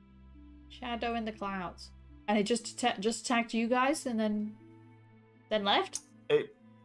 Well, I don't remember much Yeah. because I stopped being awake. Yeah. Unconscious.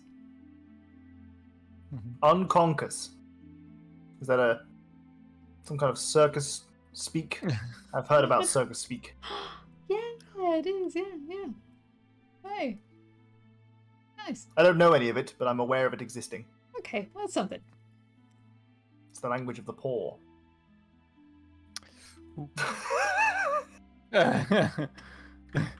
Randall is suddenly very busy writing down unconscious in his book.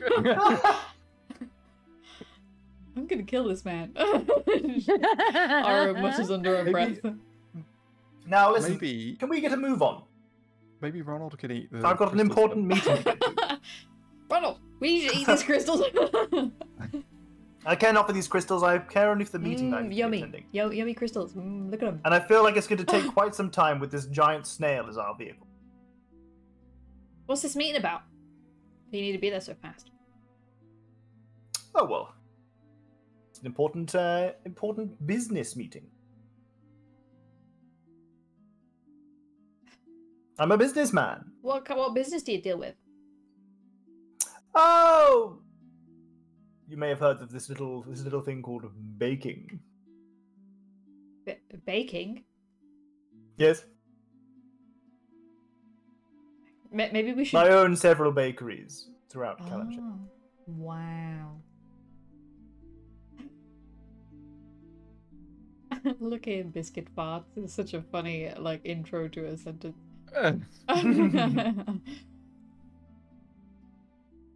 The only business you got here is eating crystals.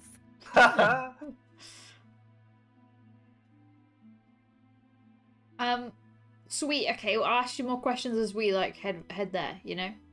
Let's Okay, get a- fantastic. let's get I a love vote. talking, especially about my business and me. Yeah, I can tell. Let's go. Okay. On the road again, is it?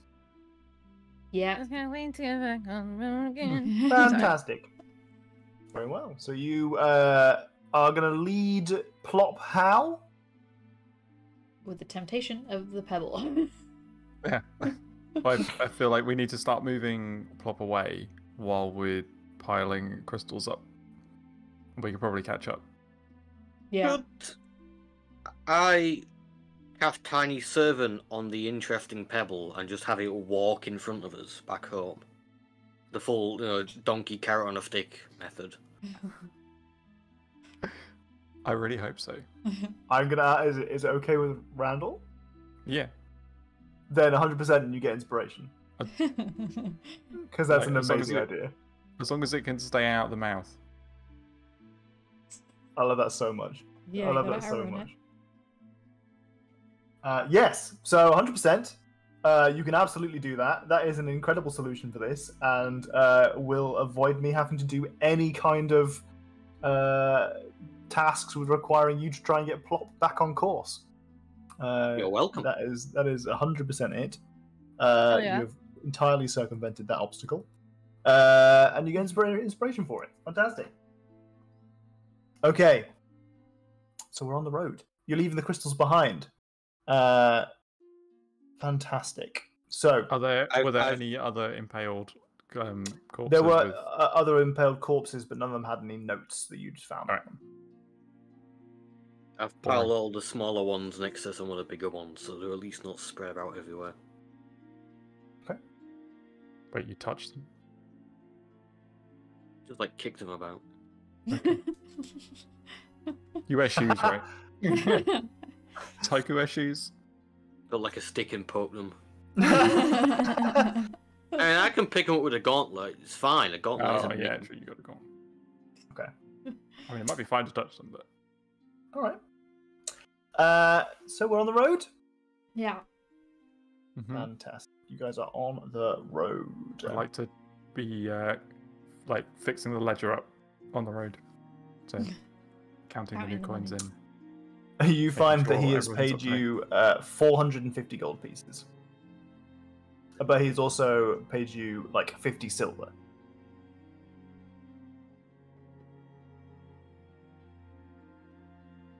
Oh dear.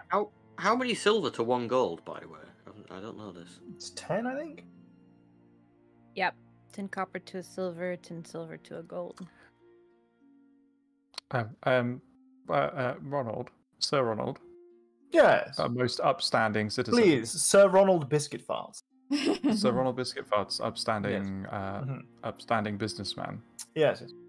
There appears to be a small error in the payment that you've provided us. Oh! So I was just updating our party ledger to make sure everyone had the right gold, and we agreed on 500 gold pieces, and there are indeed 500 pieces in here, but unfortunately they're not all gold. There must have been some mix-up in all of the shenanigans that happened. Oh, I think you're absolutely correct. That does seem like there may be some kind of misunderstanding. You must have miscalculated. Oh no, here they are. These are all the silver ones. Oh yes, but that's a tip on top of. I'm sure it's probably. I mean, I don't work with the money. Someone else works with the money. So whomever did it, perhaps the silver really adds up to the bigger monies. I'm not really a big. I don't money stuff. No, it doesn't. No. Oh, but you're saying that you know better. Well, I mean, Randall House unscrolls the very neat table of all of the party's gold, all added up in all split into all the columns for all the different units that we have. And it's yeah, I keep track of our party gold. I try to. Oh, keep I it up see. to You're date. a financier. Okay, very well. I dabble. Randall, did you remember the silver to gold conversion fee? Did you add up that onto the 500 as well? No, we charge a fee to give it in silver instead of gold, because then we have to take it to a player to get it converted, right? How much is the fee? You've done this plenty of times before, Randall. You know, it's they're not the usual 15%. I think you should yeah, put him under the snail again. Yeah, true. I did forget that. Listen, I'm sure we can iron this all out. You can give me back the silver, I can give you back the gold, and all will be well. It will be. Okay. Thank you very much. And I'll get the gold back to you later. Wait, Oh, you want it now? Okay, we can do it now. That's fine. Okay. That's fine. I can give you the gold now. You rifle through a purse. We'll just circle him. You hand you another small pouch that does add up to precisely 500. Thank you. There we are. All is well. Resolve that small problem. Let's go. Tell me about these bakeries. Well, there are all sorts of bakeries, really. I tend to own them from behind, as some kind of shadow investor, really. I own the property, but I don't really do much of the baking myself. I dabbled a little bit when I was young, and I I mean, I was quite a prolific baker myself, but never for other people, only for myself, really. What I tended to do is invest in these bakeries and allow them to keep their personal brand, you see, because they build up this kind of chic, indie, small business thing. No one needs to know that they are actually owned by a large conglomerate. He's the worst kind of capitalist. I want to kill him so bad. I want to trip him up under the snail more than anything. Oh, just to double check, by the way, we've brought the other guy who's like lost his memories with us. Yeah. Yeah. Oh yeah, Just Nurley's swallow like it off. fully babying him because she, you know, is really We'll concerned never get with to know what his name is, because Well, Randall won't open the book. If he's forgot his memories, we can fill them with new memories of, like, you know, anti-capitalism Oh, and so forth. yeah. After we've just invested in an inn. Unionization. I invested in an inn. So that really, was because I of was our coming to Weymouth because I have a proposal for a bakery that's in Weymouth. Oh. he's gonna end up walking away with something of Gothic Celamar. It's just gonna happen.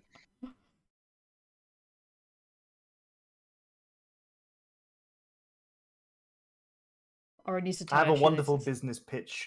I've got it all scheduled out. I'm quite good at it, really. I've got the small sample pastry that I brought along to just show my wonderful, friendly nature, and then a large sum of gold.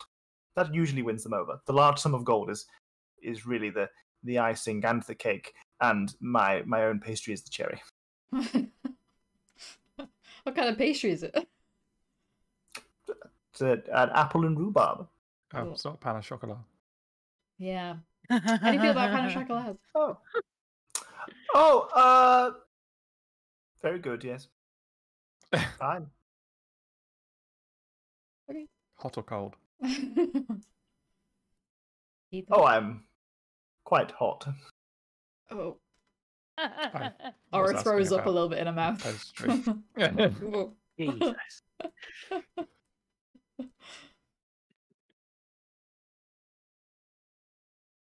I'm talking with the person who can't remember who they are to see if they ever, like, the whole couple of hours to see if they ever start to remember anything. And if Sure. after, like, the first hour nothing is changing, then I start having a conversation with them about what they would like their name to be. No. So as time goes on, you realize that they are completely lost all memory of everything.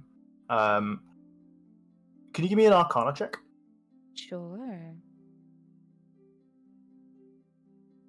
I'm not great at those. Yeah. You can You have got a advantage D6 because as of well. a book that one of you read at one point. I I can't remember if it was you or do. Randall. I do Oh, have a and D6. On the history of the royals, that book. Nope. No. No, I know what you're talking about. I'm using my D6 as well. Okay. Hey, 20. Oh my god, a dirty 20. Damn. Heck yeah, heck yeah. An extra dirty 20. We've got dirty 20s whereas you've added the modifier from your skill check, and then you've got extra dirty 20s where it's got guidance and d6s on it. Filthy, dirty Filthy. 20. Filthy dirty 20. You are certain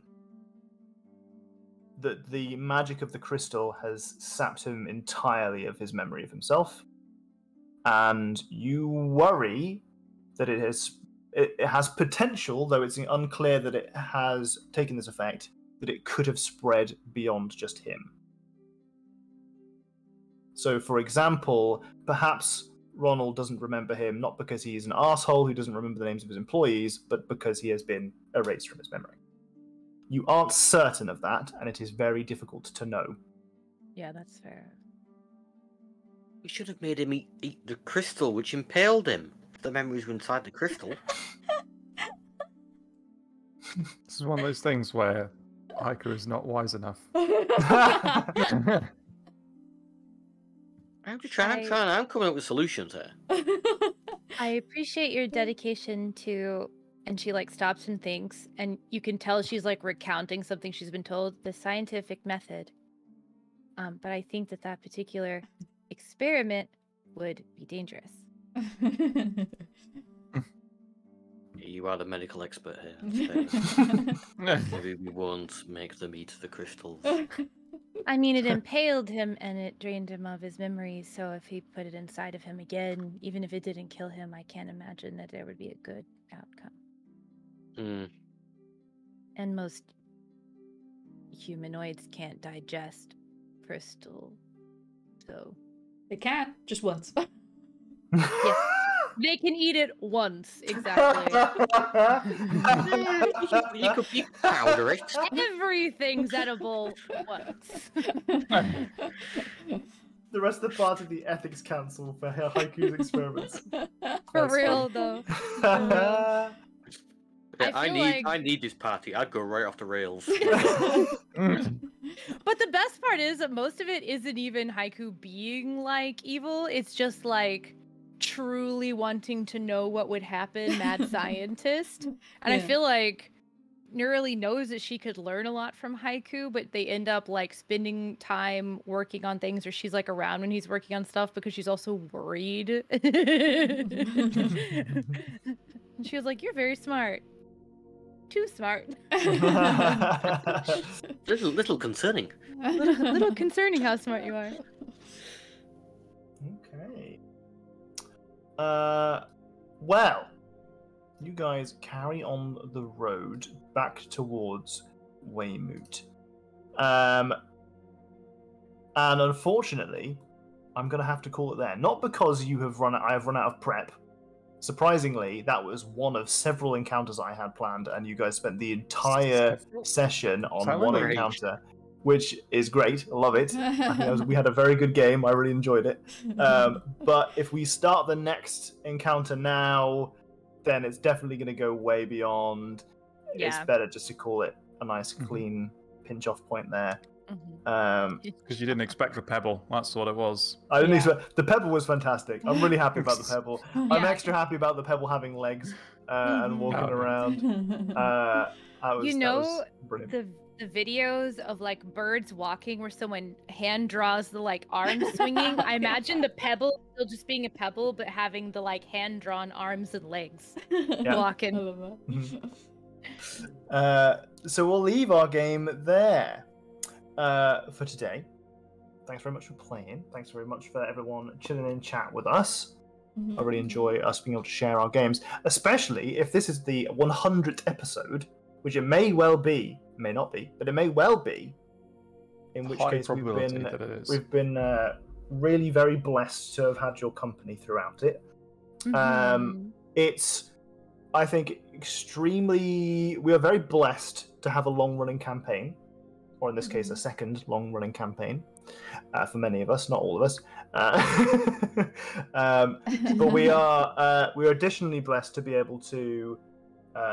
6 years, 9 months, 20. Oh my fucking god! That was the previous campaign. Yeah, the previous campaign. Yeah.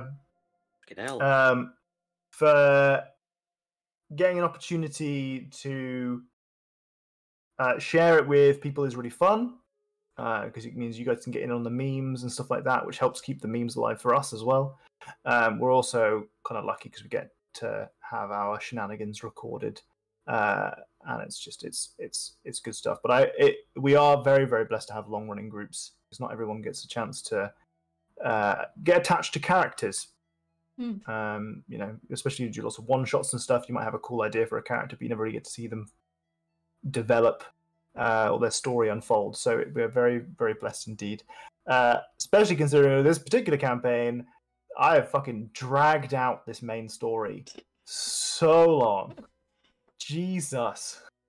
You say that, but it all seems like it's been good pacing to me. Because I feel like a lot of times I've actually been really lucky, and I've had a lot of long running campaigns, and I feel like if this were real, like video games can that aren't like open world, it feels like story happens too fast and they have to do like time skips a lot of times for things to make sense, and it feels more real for you to slowly throughout your journey have breadcrumb, and then the realization that something has been going on around you as you've just been like living your life.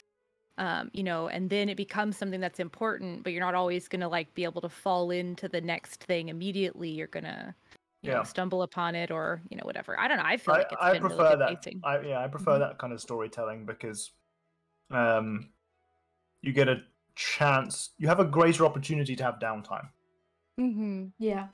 Because if you are always like fuck the end of the We gotta world, go. it's gonna go tomorrow. Yeah. You don't really get a chance to be like, what's my character like when they're chilling out?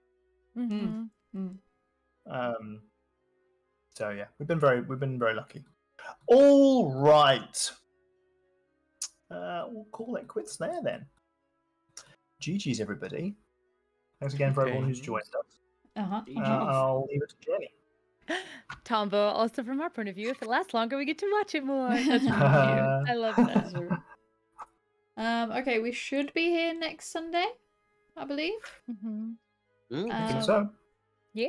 I'm going to click the end screen. It's not going to go to it yet, but if I freeze, then yeah, we're frozen. Just give it a second and we'll get there in a moment. Maybe one day. Okay, now we're back. All right. Okay. Thanks for hanging, everyone. See you next week. Be good out there. I believe in you. Goodbye. Bye. Goodbye. Bye.